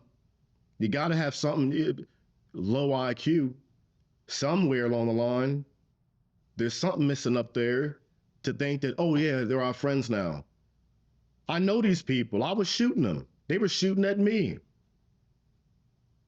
They were doing it all the way up throughout my whole career. And they continued to do it when we were pulling out of Afghanistan. They were doing it in Iraq all the way up until the very end. You think this is going to stop now? You think they're done hating us? They still want to kill us? We're the infidel. We're the bad people. But in a way, you kind of can't blame them to think that way. I think the American people should start asking a hard question. Are we the good guys? Are we really the good guys? I don't know. So can you get mad at these other countries for saying, yo, death to y'all? I'm all about America. I love my country. But I'm also very like, I look at things for what it is. I don't think we're the good guys. I think this can be and should be a great country, a country I want to raise my kids in. I love America. It is what it is, though. Are we the good guys? I don't think so.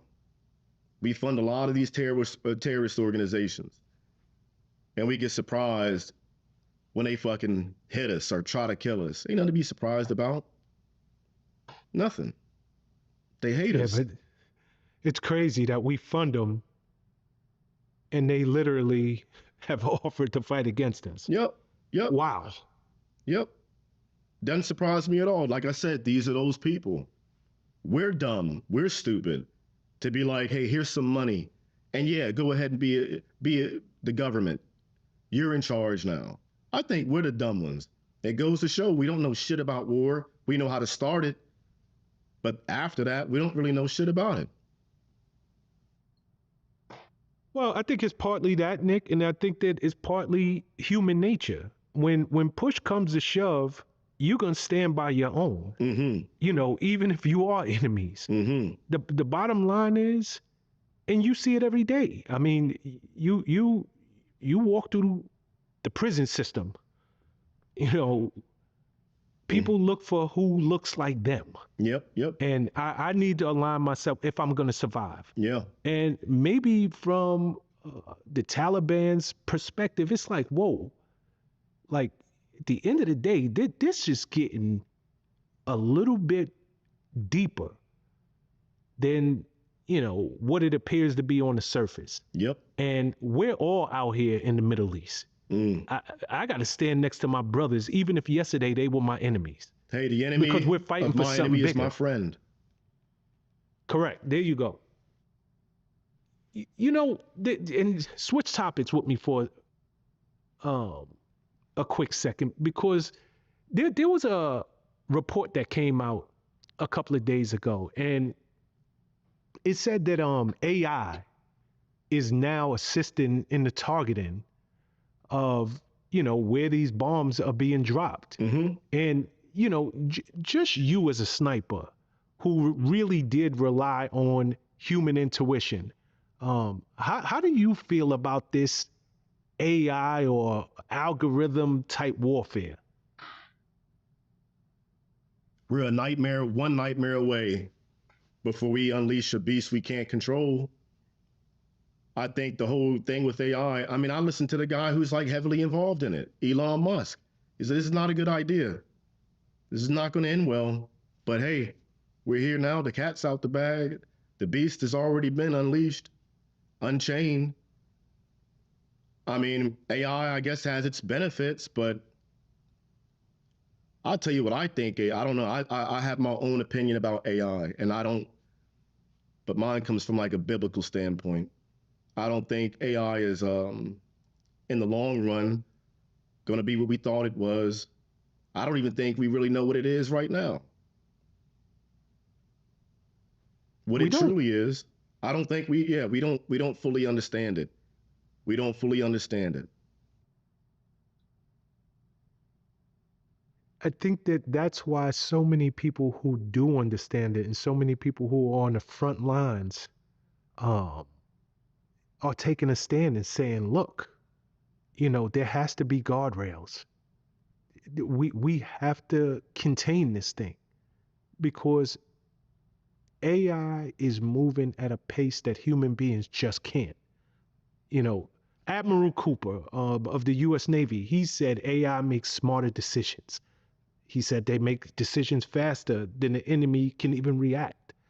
You know, do you trust AI in Admiral Cooper's decisions or his statement that AI is, you know, humans are great, but the speed is just something we, as the military, we gotta really use to our advantage.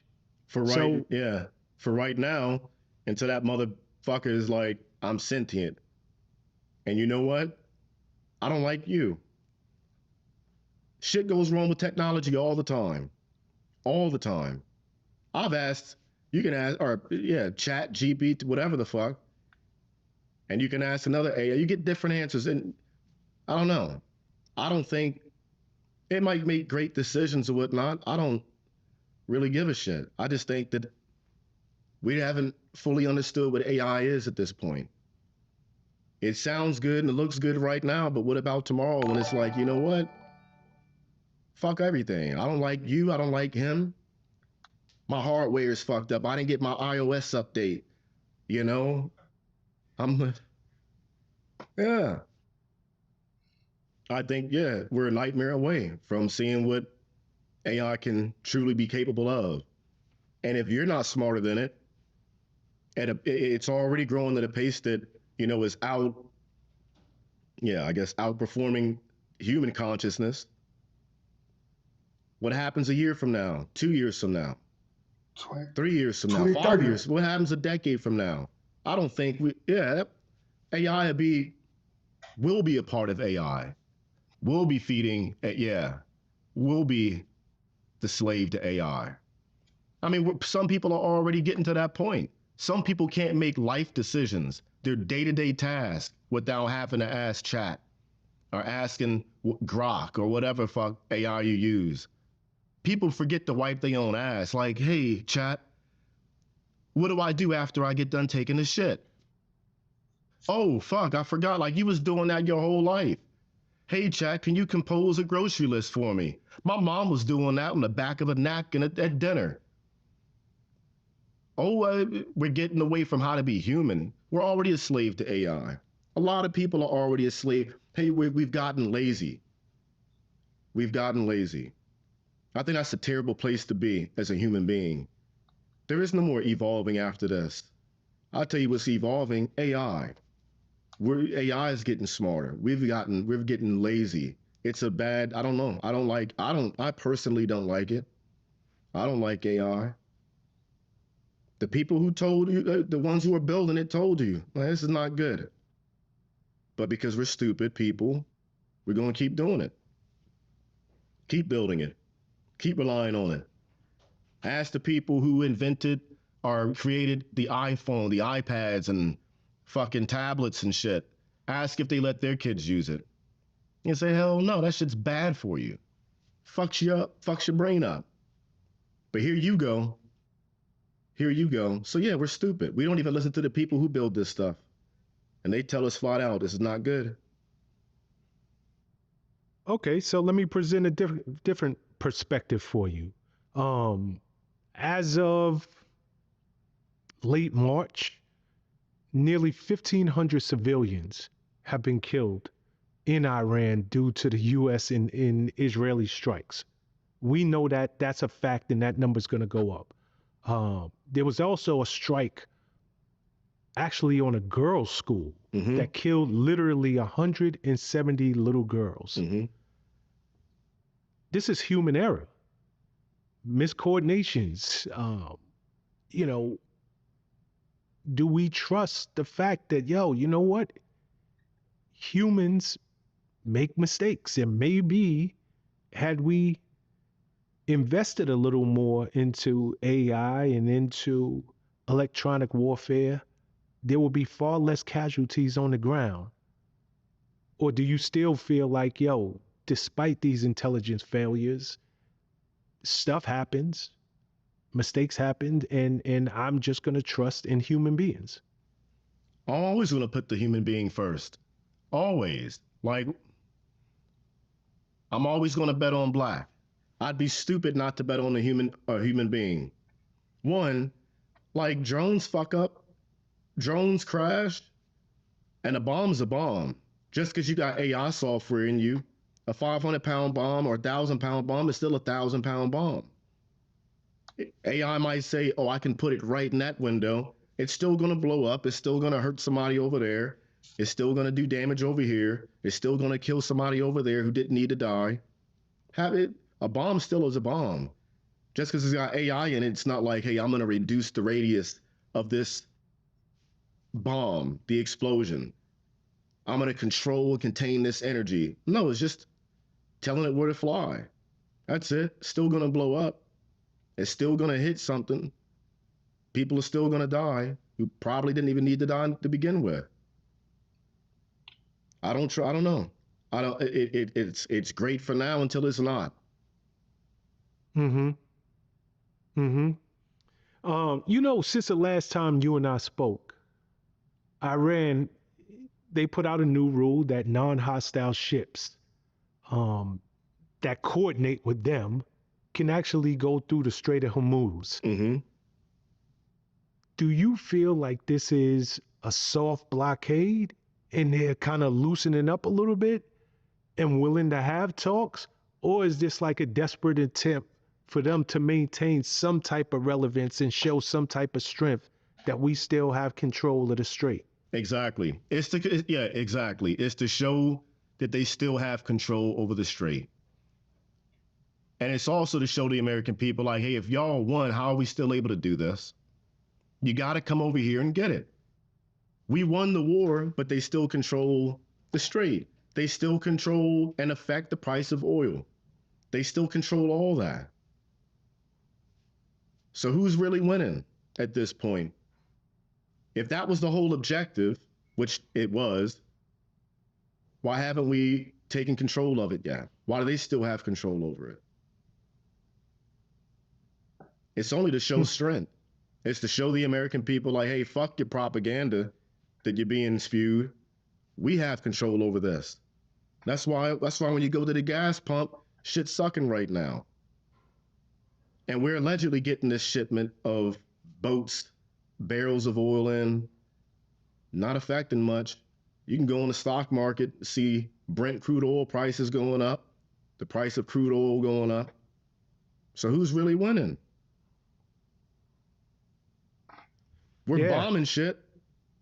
We're good at that. We're dropping some bombs. They are too.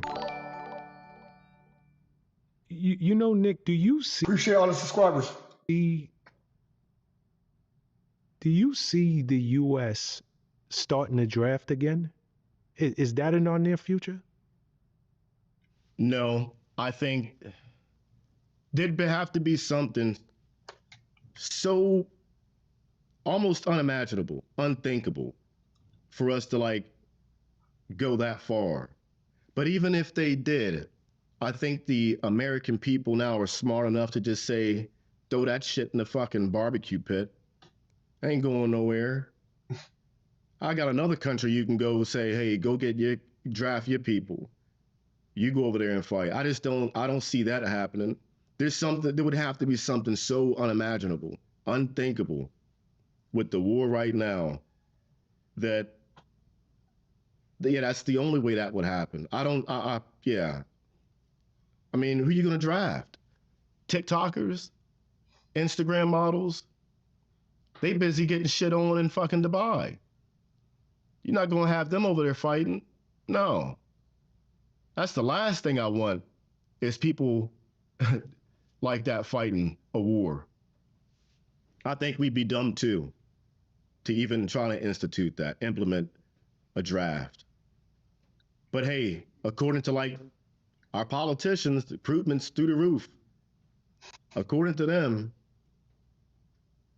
Well, I don't know that that's true. No, even of course based on our not. last conversation when you were like, yo, they raised the age. Yeah. To the enlistment age to what is it, 42? 42. Yeah. Just today they're like raised the age limit to like 42 years old. I mean, you ain't drafting me, I promise you that. You know, that's something I didn't even know. They literally raised the age limit. Yeah, 42. To 42 years old. 42 years old. Today. Could you imagine being a 42-year-old dude? Come on. My back hurts, bro. Come on.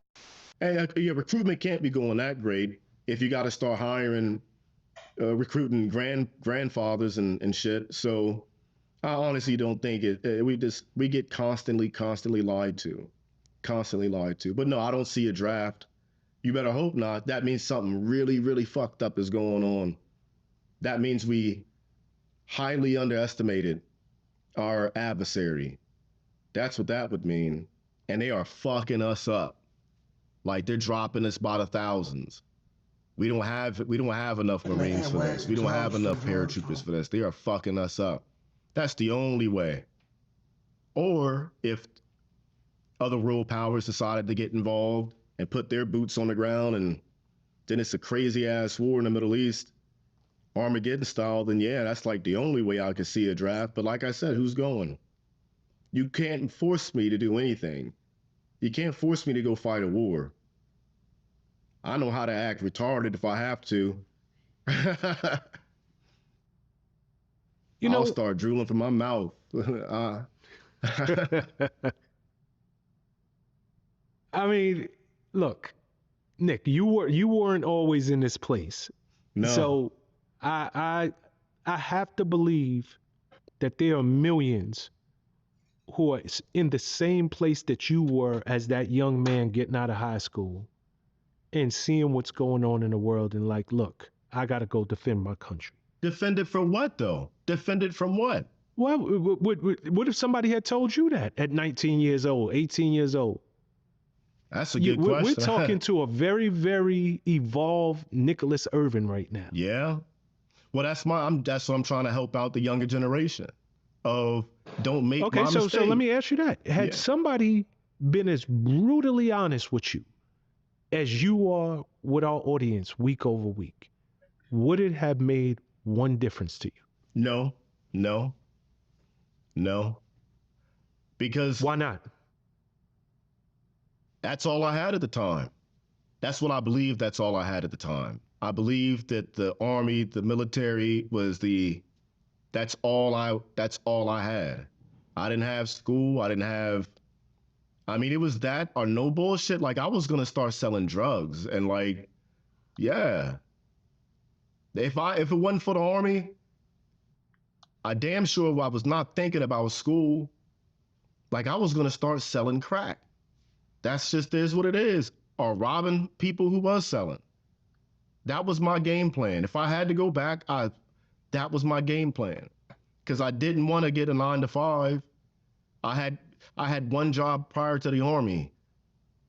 And I was doing bad shit there. I was selling shoes and sneaking Jordans out the back. You know? That's how I was. But that's all I had was the military.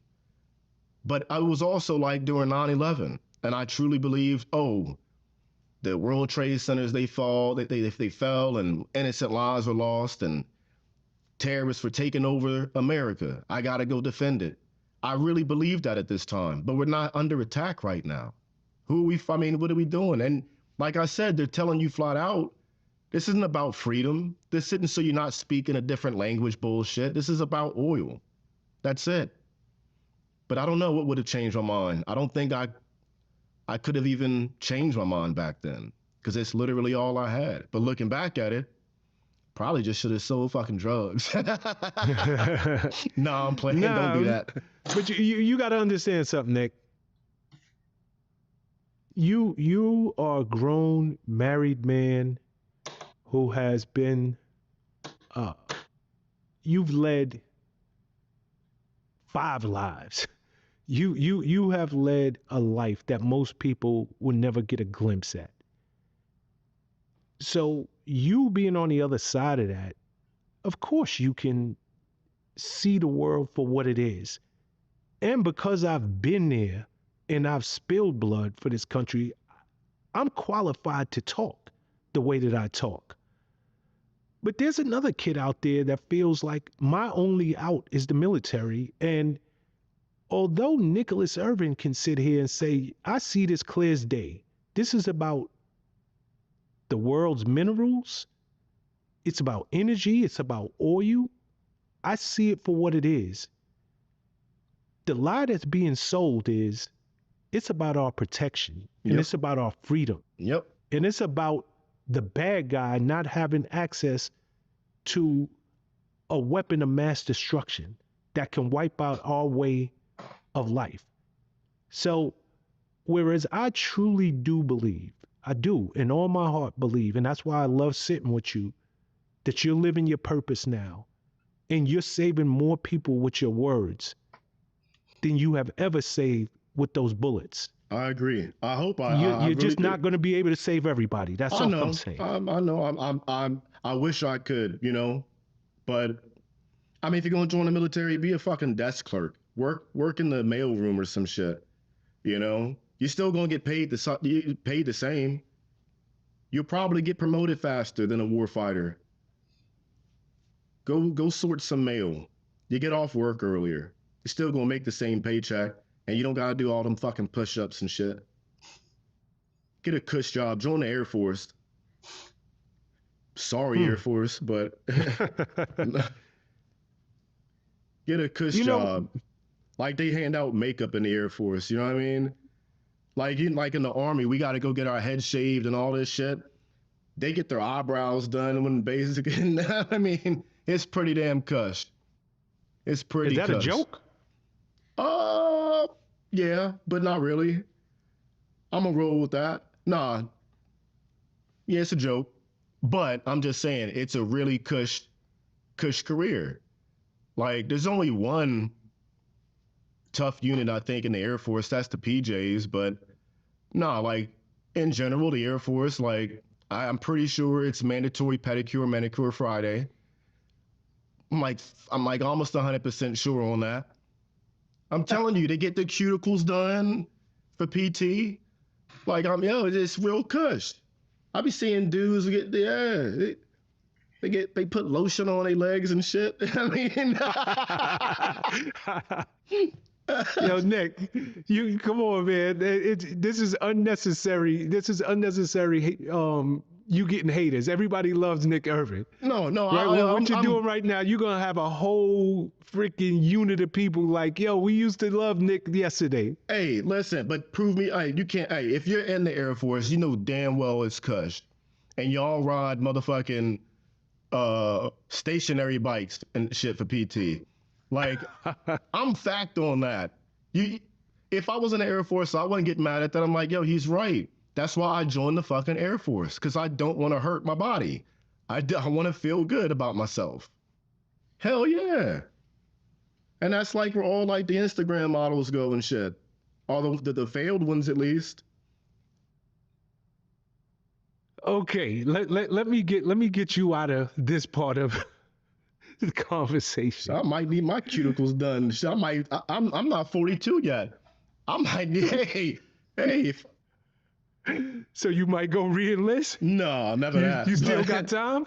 If I need my cuticles done weekly, yeah, I'd probably join the Air Force. Yeah. Nah, but on some real talk, let me ask you, because you are perfectly geared to answer this next question, and it's more of a psychological question. Yo. We have sent thousands of troops over to the Middle East. They're strategically placed. They know at any given moment they can get the call. Mm-hmm. You know, okay, boys, it's time to go do work. Psychologically, what are those troops thinking? Where's their headspace right now? Right now, it's in kill mode. But when you do get the call and they say, hey, we're going in, that's when the blood turns cold, mine at least, but not like a cold killer. I mean, like, I'm fucking scared. Like, you have the people who say, oh, I was never scared, I'm not scared, like, that's either I think you're lying. I don't believe people who say, oh, I was never scared in combat, not once. Nah, because it's an unnatural act. All that training and all the shit you go through, it matters, you fall back on it, but nothing's ever going to prepare you for being shot at by people with the intent, who want nothing more than to kill you. Like, you can't really prepare for that. You go through this mental. What y'all think? Y'all think the Army is rugged and all that? Air Force is just, who know about the Air Force, bro? Because y'all know about a lot of stuff in this chat. Who been to the Air Force? How many Marines are here, man? How many Rangers? You know what I'm saying? Army Rangers, man. Let me see how many people in here, man. You know what I'm saying?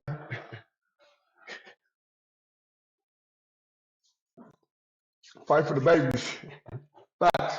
Who fight for their babies? Who fight for the babies, cuz? My bad. Yeah, I'm burping all your face. Who fight for the babies, cuz? Where the Marines and Air Force at? Is that Air Force Kush?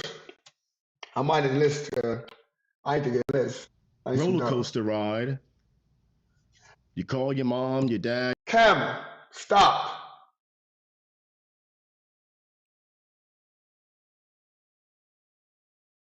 And all branches on it. So, all right. Sailor, that's the show. So that's Navy, right? That's the show. And all branches. That's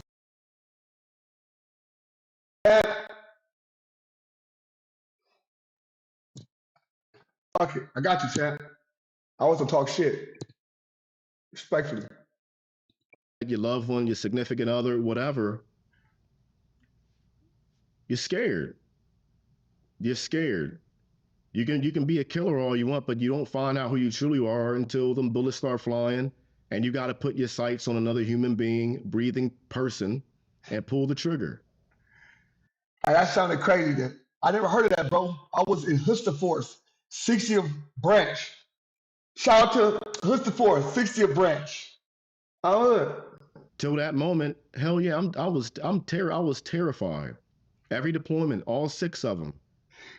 And I'm not going to sit here and lie. I would cry before all of them. I'd cry before all of them because I got to leave something I was comfortable with. I was leaving my wife. I had to leave that. Leaving her was like one of the hardest things. Okay, you gotta be smart. Fuck, I might not come back. I heard that too. I heard that you gotta be smart and have good eyesight. You gotta have like eagle eyesight, you know what I'm saying, 10, 20 vision or something like that. You gotta be smart as hell. You'd be a weirdo if you didn't think that way. You'd be a weird son of a bitch if you was like, I don't give a fuck if I come back. Nigga, I'm trying to die. There's other ways to go about that, you know? You're not lying. Other than putting on a uniform. So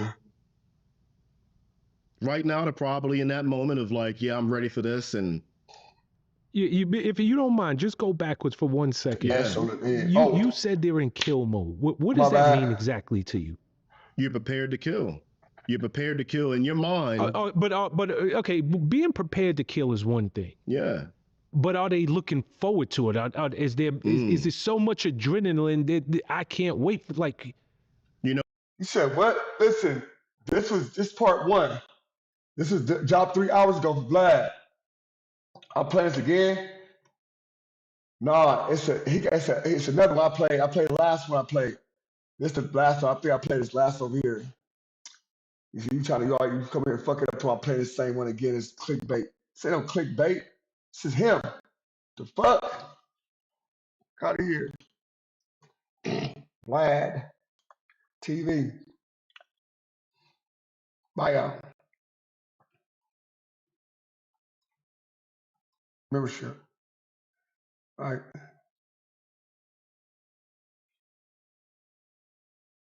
Three hours ago, part 3. Oh, did I play the wrong one? I played the wrong. Hold on, make sure. Hold on.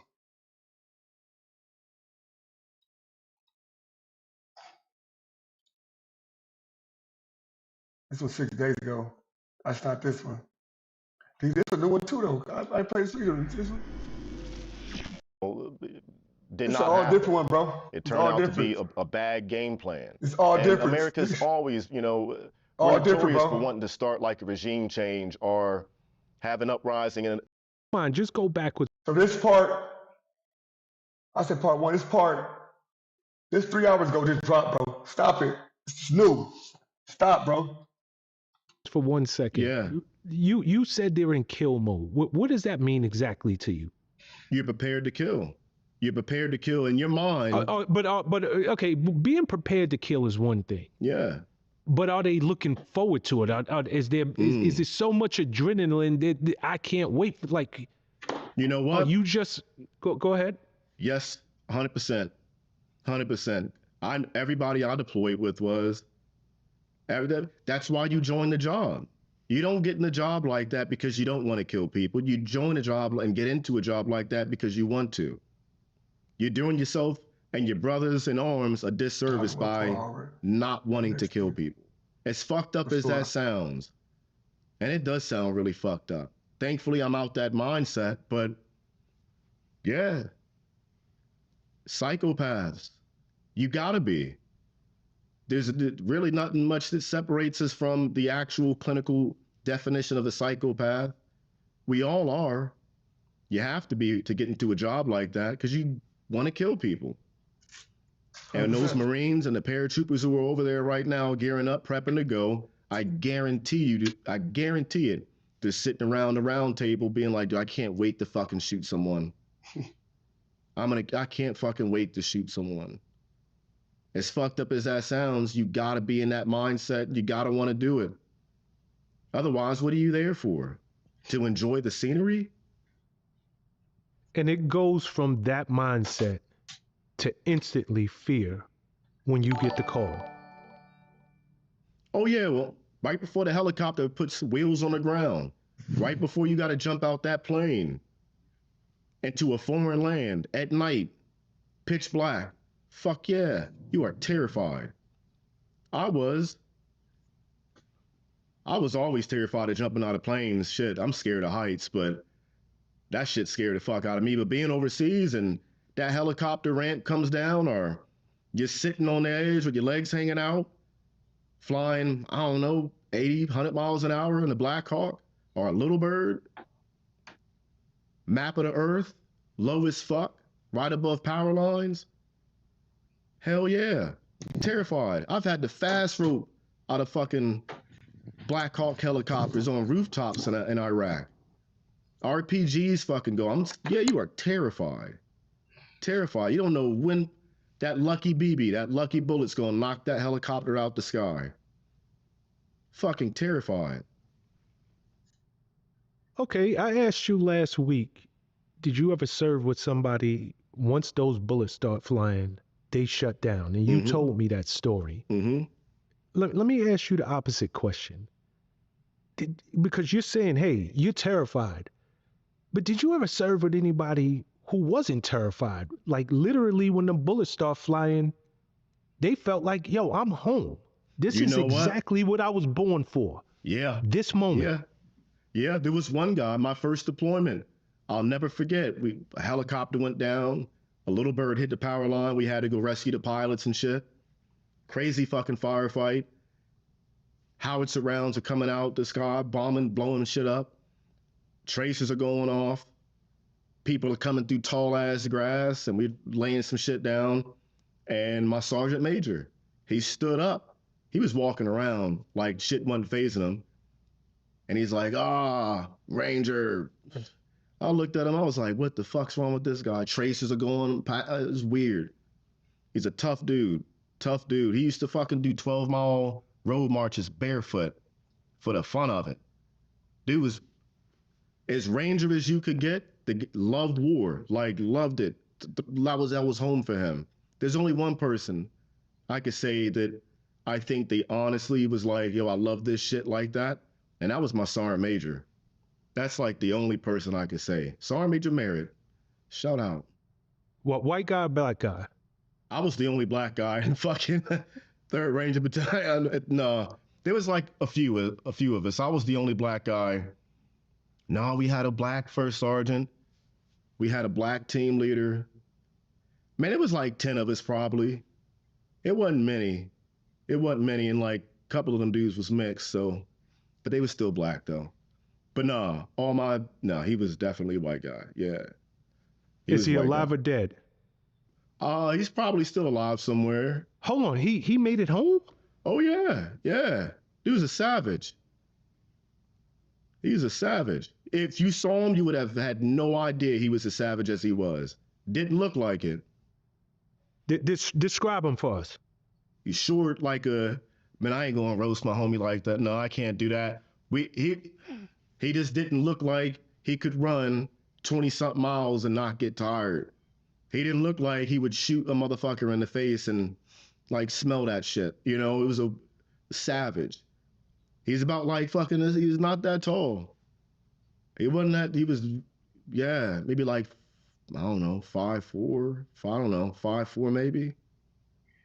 Stalky dude. He was 38 in his 30s, but he looked like he was probably 50 something. Lived a hard life in war. Been around since the beginning of the global war on terrorism, fucking almost damn near to the end. There was some brutal fighting, but nah, he was like one of the only dudes who just seemed like to me that he didn't really, that like war didn't faze him at all. He loved that shit. I mean, that was a few guys, but he was the only one that was like really made me believe that, you know, in a real way. But if you wasn't scared, I don't think you're human. I didn't look like I was scared. I still did my job, but fucking I was terrified every single day before that helicopter ramp lowered or we offloaded, driving. It didn't matter. You in a place where people want to kill you. You better be a little bit paranoid and scared. Yeah, but Nick, how many deployments do you have? 6? 6. Okay. You said, yo, I cried when I left my wife. I was scared. I was terrified. You using all of these words. But it's not like you was drafted. No, but What would make you go, okay, you do 1. You do maybe 2. What would make you go back for 6 tours of duty? Help us understand the mindset of that guy. Oh, it's not like I chose that shit. No, I was under contract. It was in my contract. It was you going to war, you going to fucking jail, nigga. I'm like, you want to go to Leavenworth and stand in parade, rest for fucking 20 hours a day? No, I had no choice. Listen, after like my first one, maybe like my second one, I was like, yeah, after I got married, I would say, right? I was like, man, I ain't trying to go. Fuck that. Fuck that. I was contracting. Listen, I was contracting, voluntarily going overseas, but that was mainly because like I wasn't trying to stay living with my wife's mom for more than like a week or 2. So I was like, I'm going back to fucking Iraq, nigga. That shit was lit. But went back to Iraq and did a couple rotations, and I one day woke up in the bed after I came back home, because we were doing, what was it, 3 months on, 1 month, a little shy, less than 1 month off, 3-4 months on, 1 month off, go back, do it again. I woke up after the second one, I was like, hey, I was supposed to go leave back to Baghdad, get on the plane. And I looked at her, she was in the closet or in the bathroom. And I had woke up, looked around, bed was feeling hella comfy. The room was smelling like fresh paint. I looked at her and I said, you know what? I'm not going. And Sheila, what'd you say? No, because you asked. Should I go? Oh yeah, I asked her, I said, hey, should I go? I said no. And then she was like, no. I was like, yeah, all right, you're right. But I already knew she was going to say that because, yeah, I know her. But that was why I didn't go back. I was like, eh, fuck this shit. I'm tired. Why am I going to leave this cushion? Like, the bed was feeling hella good. I ain't feel like going to go back to Iraq and 120, 130 degree temps and get mortared and fuck no. IEDs and shit. I was done with it. I had did my time. I just wanted the money and to get out my wife's mom's house. That was the only reason why I went back to war. I didn't want to do that shit. Hell no. But nah, in the Army, it was all because I was in a contract. Uncle Sam said I had to go. So He it was just that simple. Yeah. So we It was So- as simple as that. so all this time I'm thinking you're voluntarily saying, send me back. Hell no. Hell. I mean, at the time, I liked killing people, but not that fucking much. Hell no. They tried to get me to come back after my contract was up. It's like, hey, re-enlist, we'll get you this much money. You can go to whatever schools you want. Hell no. I was out. Like, I'm talking, I left the Army. When I signed out the Army, I left Georgia like that fucking night. It was quick.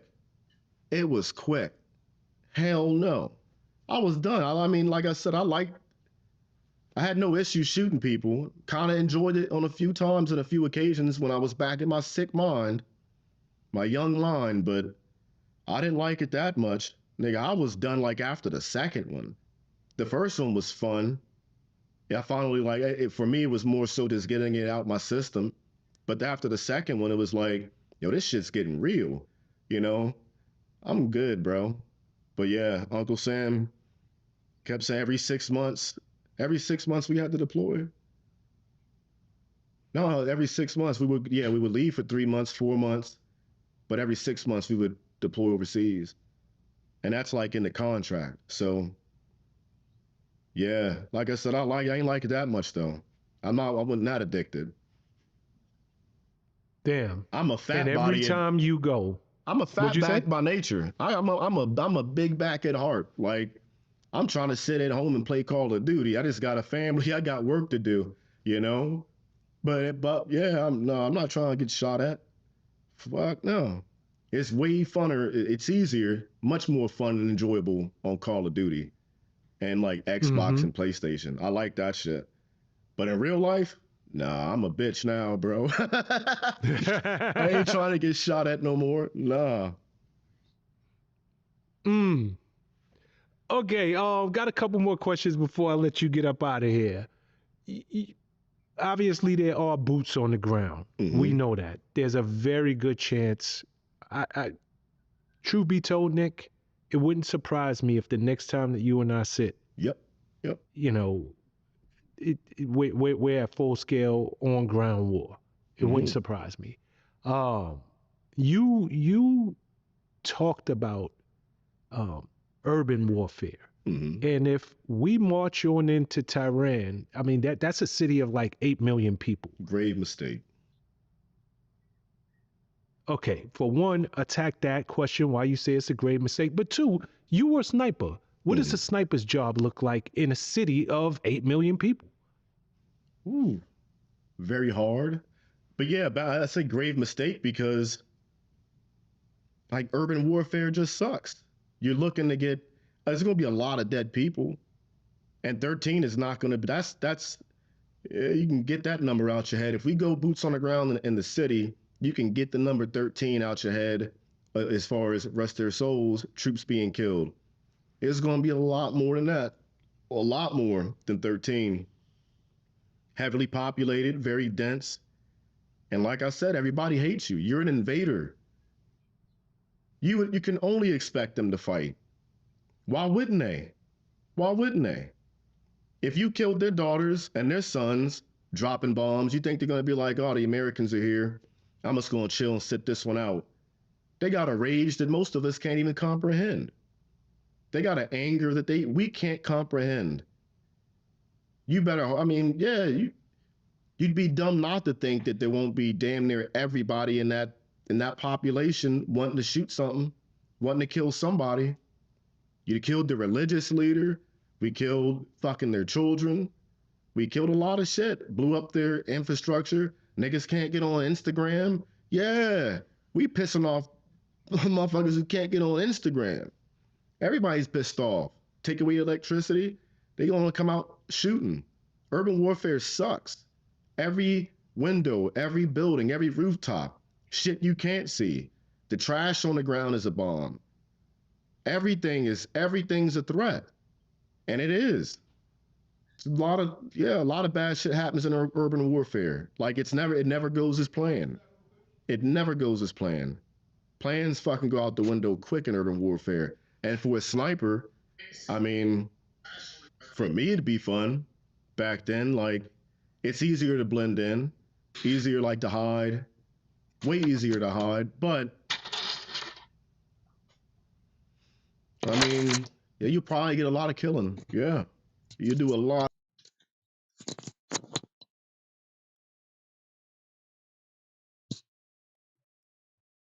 of killing as a sniper in an urban environment, more so than you do, my opinion, than like woodland environment.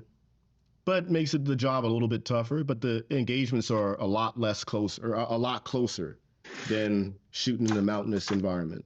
You're shooting people like a few feet away up to 100, 200, 300 yards. And that's like chip shots for a sniper in a heavily populated area. So yeah, I mean, being a sniper would be fun.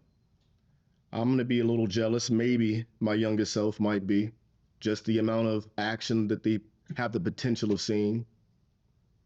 But bullets do fly both ways. And you think, yeah, they got snipers too. So yeah, it's a sniper's dream. If you want to say that, it's a sniper's paradise, I would say. Okay, why is that? You said that it would be easier to hide. Is that because you're in buildings? Yeah. You are In buildings, you use the buildings to your advantage. You use the rooms, the sniper highs, the setups to your advantage, loopholes, and you can be in a building and not ever be seen. And putting bullets through holes that the average person won't be able to see. Damn sure can't shoot through. Makes your job a hell of a lot easier. Get a chance to take your shirt off, feel good. You don't got to put on this hot ass ghillie suit, crawl around, your face in the mud. Yeah. Being a sniper in the city is perfect. I love it. I never asked you this, but how many snipers are usually out there? Is it a ton of y'all? Is this some elite crew where only one or two of you guys go into battle at a time? Yeah, there's only like 2. I mean, I don't know if I can give away the exact numbers, but for my entire battalion, there was only a few. There's about a dozen. Really? Yeah. And like deploying, being out on a mission, there's only 2 of us. Sometimes it would just be me and the assaulters. You don't need many snipers, no. It's kind of pointless to have like 50 snipers on the ground. What the fuck are we doing? That's some weird shit. Yeah, you have 1 or 2, 4 maybe. The biggest sniper operation I've done, let me see, we had Marines, the scout snipers, and I think there was like 4 of those guys, and then me and my spotter. And that was like the largest operation I've done with as far as snipers. It's about 6 of us. But we were spread out amongst a very large area. Like I wasn't sitting right next to another sniper team. No. Got you. Okay, we got a question from a Vlad audience member. Mm-hmm. He asks, Iran says that they're waiting for us and they're going to burn our guys alive. As a guy who's been on the ground, do you think that this is a serious threat? Or is this just them talking, all bark, no bite? They've already shown us they don't just bark. They showed us they bite too. Any dog that has teeth can bite. All dogs can bite. Iran's already showed us that they bite. Do I think that they they're going to completely annihilate our military? No. But we'd be dumb to assume that nothing's going to happen to them. I don't know. I mean, they've been doing a lot of barking, but a lot of biting too. Everything that they said that they were going to do they're kind of doing it. I think that we wouldn't be smart to assume that, hey, if we put our troops on the ground, they're not just saying, hey, they're begging for it at this point. That's a weird enemy. One, it's a scary enemy. It means one, we're willing to die. They have nothing to lose. They're willing to die. They're not just saying that. They want the fight. I think they truly want the fight. It's the only way they can reach out and touch us or face to face. They've been doing it with drones and missiles, attacking military bases and killing soldiers. You think they don't want to kill more? They want to. They're already doing it. Yeah, but I got to ask you, you just sat here and told me psychologically our troops are sitting there and they want that fight too. Mm-hmm. But the minute that call comes in, it's going to be a lot of people like, maybe I didn't think this thing through. Do you feel like it's the same exact way on the other side? No, because they've been doing this shit. They've been killing. And I say that with the troops, like on our end, yeah, you're going to be like, fuck, we're actually doing it. We're going in. But it's a weird emotional roller coaster. You'll be scared, but you're also going to get out there and do your job too. You're still going to get out there and go do it. Yeah, put bullets in people. But they want the same thing. It's a war. It's a war. You can only expect it. Do I think they'll be just as scared? No, because I think that they truly believe in Allah's will. And it's like, hey, if it's my time to go, it's my time to go. Whatever, fuck it. I'm gonna go get 72 virgins, or I'm gonna go be with whatever. They don't really care. They're gonna go out there and duke it out. They have no other option. It's a holy war. Like it's a great thing for them to die in combat against the infidel. We don't think like that. Like, fuck no. I'm trying to go home. They really don't give a shit. They're trying to die and go be with Allah and have all the virgins and all the shit that comes along with it. I don't know. But they truly want that. They love a holy war. I fought these people. Like, they have no, they don't. I've seen a guy shit himself and piss on himself, but that's after we captured him. And like, we're flying home with him on a helicopter. But nah, he was about that life, blowing fuckers up and blowing us up and shooting at us. Yeah. Till you get him in a room full of like us, yeah, he'll piss on himself. That's like the only time I've seen a motherfucker scared. When you got him in the back of a Black Hawk helicopter and a sack over their head so they can't see, blindfolded, handcuffed. Yeah, and with a bunch of dudes that don't like you, and you have no idea where you're going. I'd be scared too. But during that fight, nah, they were like, hey, look, I'd rather die. They want that shit. They don't care. You know what's crazy? I'm listening to you speak, and in no uncertain terms, you're letting us know this is a different type of enemy. They want like all this. Give me all the smoke. And not only do I want the smoke, but if the consequences, the ultimate consequence is my life, I welcome it. Yep. Because there's something greater waiting for me. Exactly. Isn't it interesting to you that Israel is literally down the block? Like, they're damn near neighbors. They're not even that far from one another. But number one, Israel's like, we're not putting boots on the ground. Like, if it come to that, we out. That's number one. Yep. But number two, they don't share that same mentality, especially considering that that's Israel. That's Christ. That's, you know, the birth of all religion, damn near. But when you speak about Israel and you speak about these guys in Iran and Afghanistan and, you know, in the Middle East, it feels like Israel has a completely different outlook. But they're just as equally religious. What are your outlook as far as dying in combat? Yes. No, I just think that's selfish. I think that, yeah, it's just selfish and cowardly to not even want to put your life on the line, but you want us to put our life on the line. That's selfish. Like, at the most ultimate form. Like, you can literally, like, they can just walk their little ass over there and fucking go shoot fucking Iranians in the face if they want. But I think that they know, nah, they're gonna fight back. It ain't like Palestine. Where you can go over there and bully and murder and slaughter people just because, and there's no consequence for it. No, it's not gonna be like that. They know that. That's why they got the popcorn right now, waiting, watch the show, because Americans are gonna die. Look at them doing it again. Haha, it's a fucking game. Look how much control we have. Watch this. Watch this. They're gonna do it again. They're doing it again. Watch them go over there and die. Fucking dumbasses. Haha. That's us. Now that's them to us.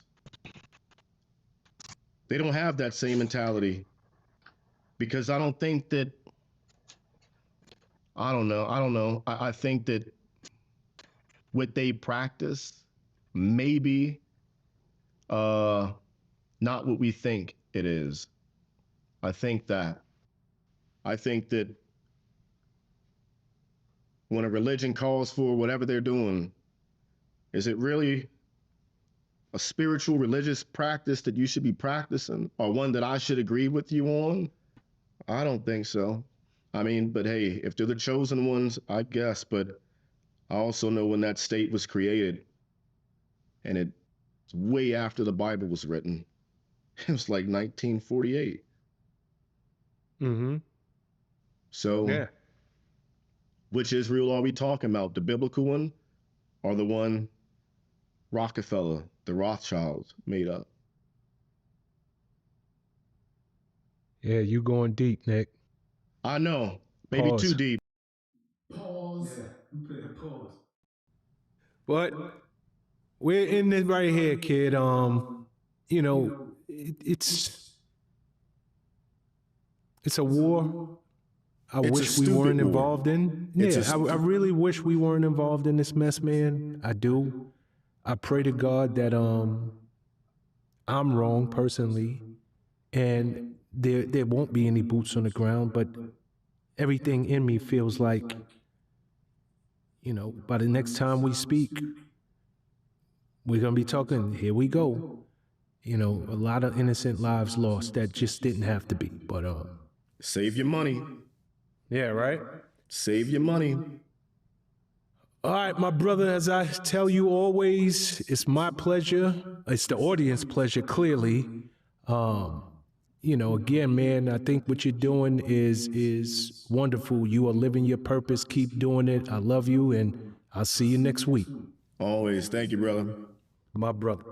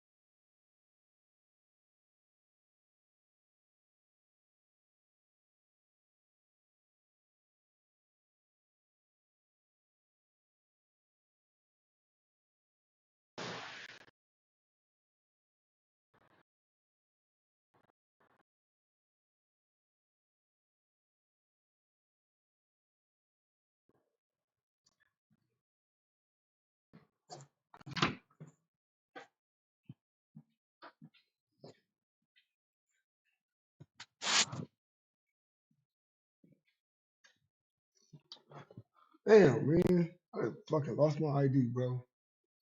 All right, bro. We out of here. Yeah, no, bro. I'm out of here. I'll see y'all later on. I done fucking lost my fucking ID. Dead, homie. Can't get no motherfucking blunts. Can't get nothing. Where my goddamn wallet at? Damn. Damn, bro. I done lost my damn shit. I had the people come with my blunts and all that. My DoorDash people come with my blunts. I didn't have a goddamn ID, bro. They gotta take my shit back. Like, the fuck? That was crazy, bro. Coming on in the rain, looking for these damn DoorDash people, bro. I done wanted to snatch my blunts, like, give me my shit, man. Bitch.